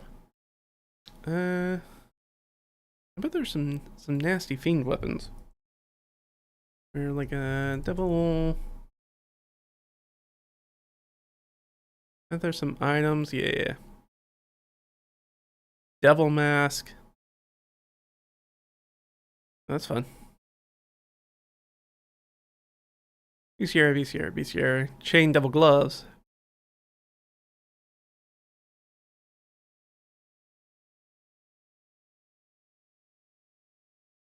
An ethereal chain attaches itself to any weapon you throw that has the thrown property.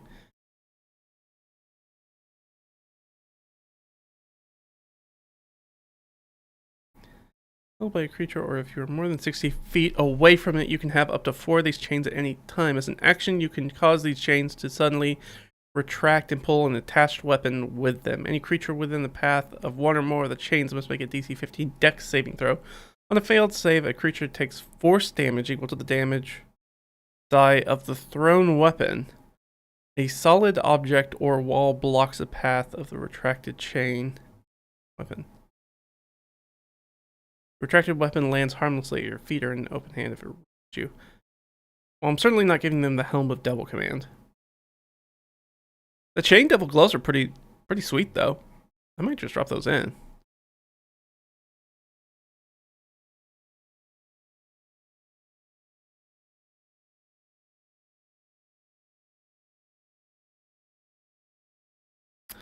A devil bone button.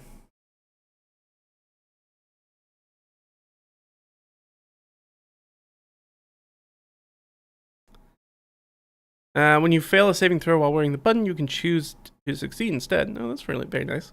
Protected bone. While wearing the button, your hit point maximum increases by 5 plus your constitution modifier. Wow, that's very useful. Diabolic curse. When you finish a long rest, there is a 1% chance the button is mysteriously missing and your attunement to it ends. A devil with a CR of your level plus 3 or CR 20, whichever is lower, becomes your enemy and seeks to destroy you. The DM determines the devil's details. When you use the improbable luck property, the chance the button disappears increases by 1. Lingering curses. Ending your attunement to one of these items removes its curse, but the power of a cursed curio doesn't release its hold on the user easily. If you attune to it again within 28 days, the progression of the curse returns to where it was before you ended your attunement.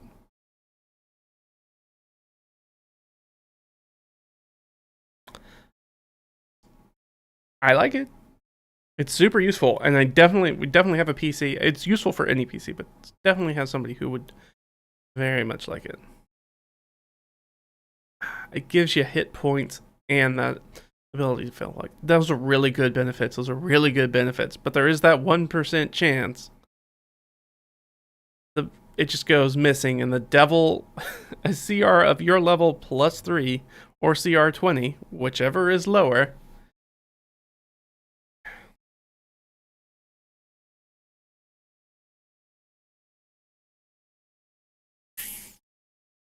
The problem is that the person who would really take this thing is probably not going to be in our campaign by the time they get around to it. Simply because he is making a geographical move, and unfortunately, he will not be playing with us anymore. It's just sad, but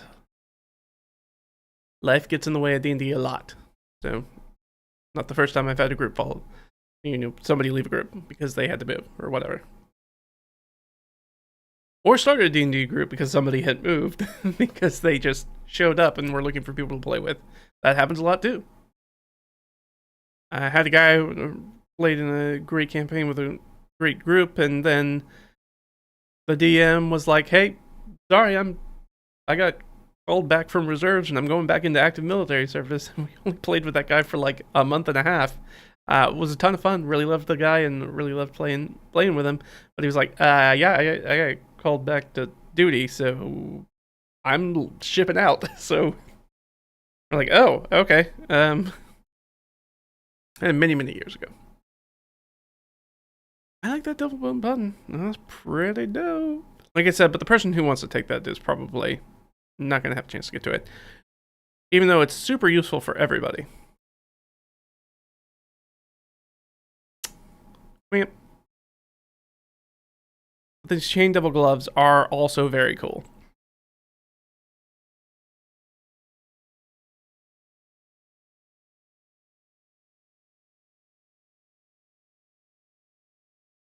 You know what? I'm going to take the button. I'm just going to put the button on the floor. I'm going to take that button. I'm just going to put that button on the floor. Because it's a cursed item. So it's not really treasure. It's really awful treasure. But yeah, I think if they make a investigation.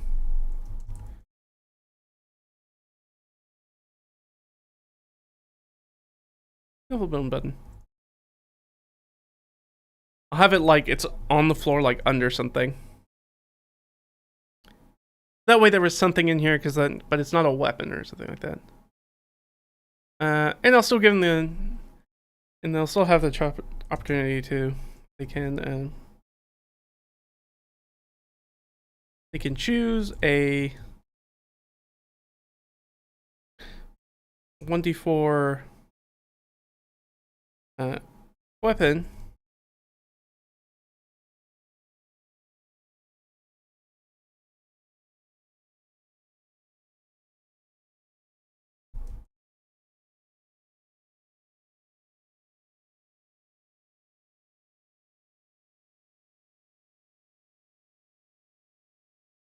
And yeah, I'll give them this little bit too.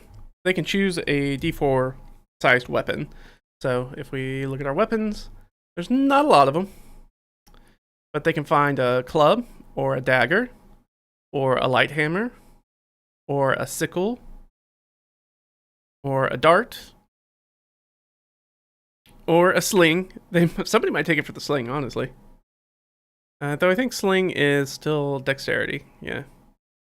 Good luck finding stuff to go in there, though. At that point, it's gonna have to be... Yeah, you're gonna have to treat it as a heavy. You can't be slinging up bowling ball sized. Yeah, alright. It's shenanigans. I'll let them do some shenanigans if they want to. There are plenty of places where I kick them in the teeth. Be one where they can do some shenanigans. You've never seen or heard of anyone playing D&D around me. Small town life. Yeah, it depends on what part of it. If you're in the United States, and D&D is really popular in some parts of the United States, and really not popular in other parts of the United States. Certainly, like, there was basically nobody really around me playing it growing up other than myself when I came across it. And then I found, like, one other person who was doing it, and then I had to, like, introduce a bunch of people into it. But we did have, like, a TTRPG game store. I just never went to the store as a kid. I was always intrigued by it. I was never, you know. And then I didn't really get back into playing D&D until I was basically finishing up college. I had a big chunk of my life where I didn't really do any role-playing games at all, and then came back to it, the hobby, and been strong on it ever since. Going on decades now. All right, yeah, I think that's it. We made good progress here. We still got a bunch of stuff to go through. We still got how many? We've got what, like 5 rooms left? No, we've got less than that, right? Oh no, we've got more than that. This is double dungeon. Forgot about that. But yeah, we've made headway. We finished up all the setups, and now it's just getting in there and doing the thing. I will probably work on some of this on my own. Like I said, I've got like 2 more weeks before I actually have to run any of this, so I've got plenty of time. Prep early, prep in small chunks, and you'll always be fine in your games. Or at least that's always been my experience. I only get in trouble when I procrastinate, and I don't do that too often, luckily. But we'll come back in here, so I'll work on it. Maybe we'll do a stream in the coming week, and we'll do this.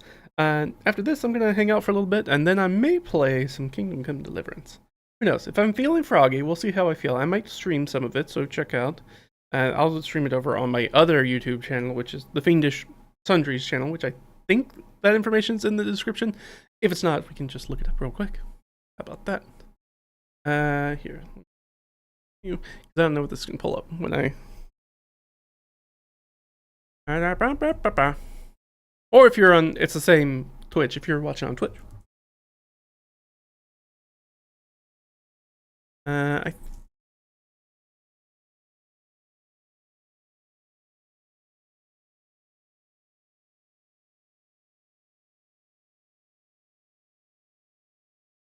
Yeah, there it is.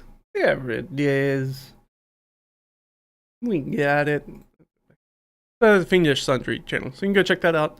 Maybe I'll come back and I'll play some more. I kind of gone off of it for a while, and then came back to it and started playing on it. And, you know, this is just kind of like fart around channel, so there's not a ton. I don't keep up with it too much. But this is where I do the video game stuff, so all the D&D stuff stays on this channel. Anyways, that's it. If you like this stuff, like the video, leave a comment if you have any questions about any of that stuff. Happy to answer those as much as possible. We'll do this again real soon. Subscribe if you like this. Follow us if you're over on Twitch.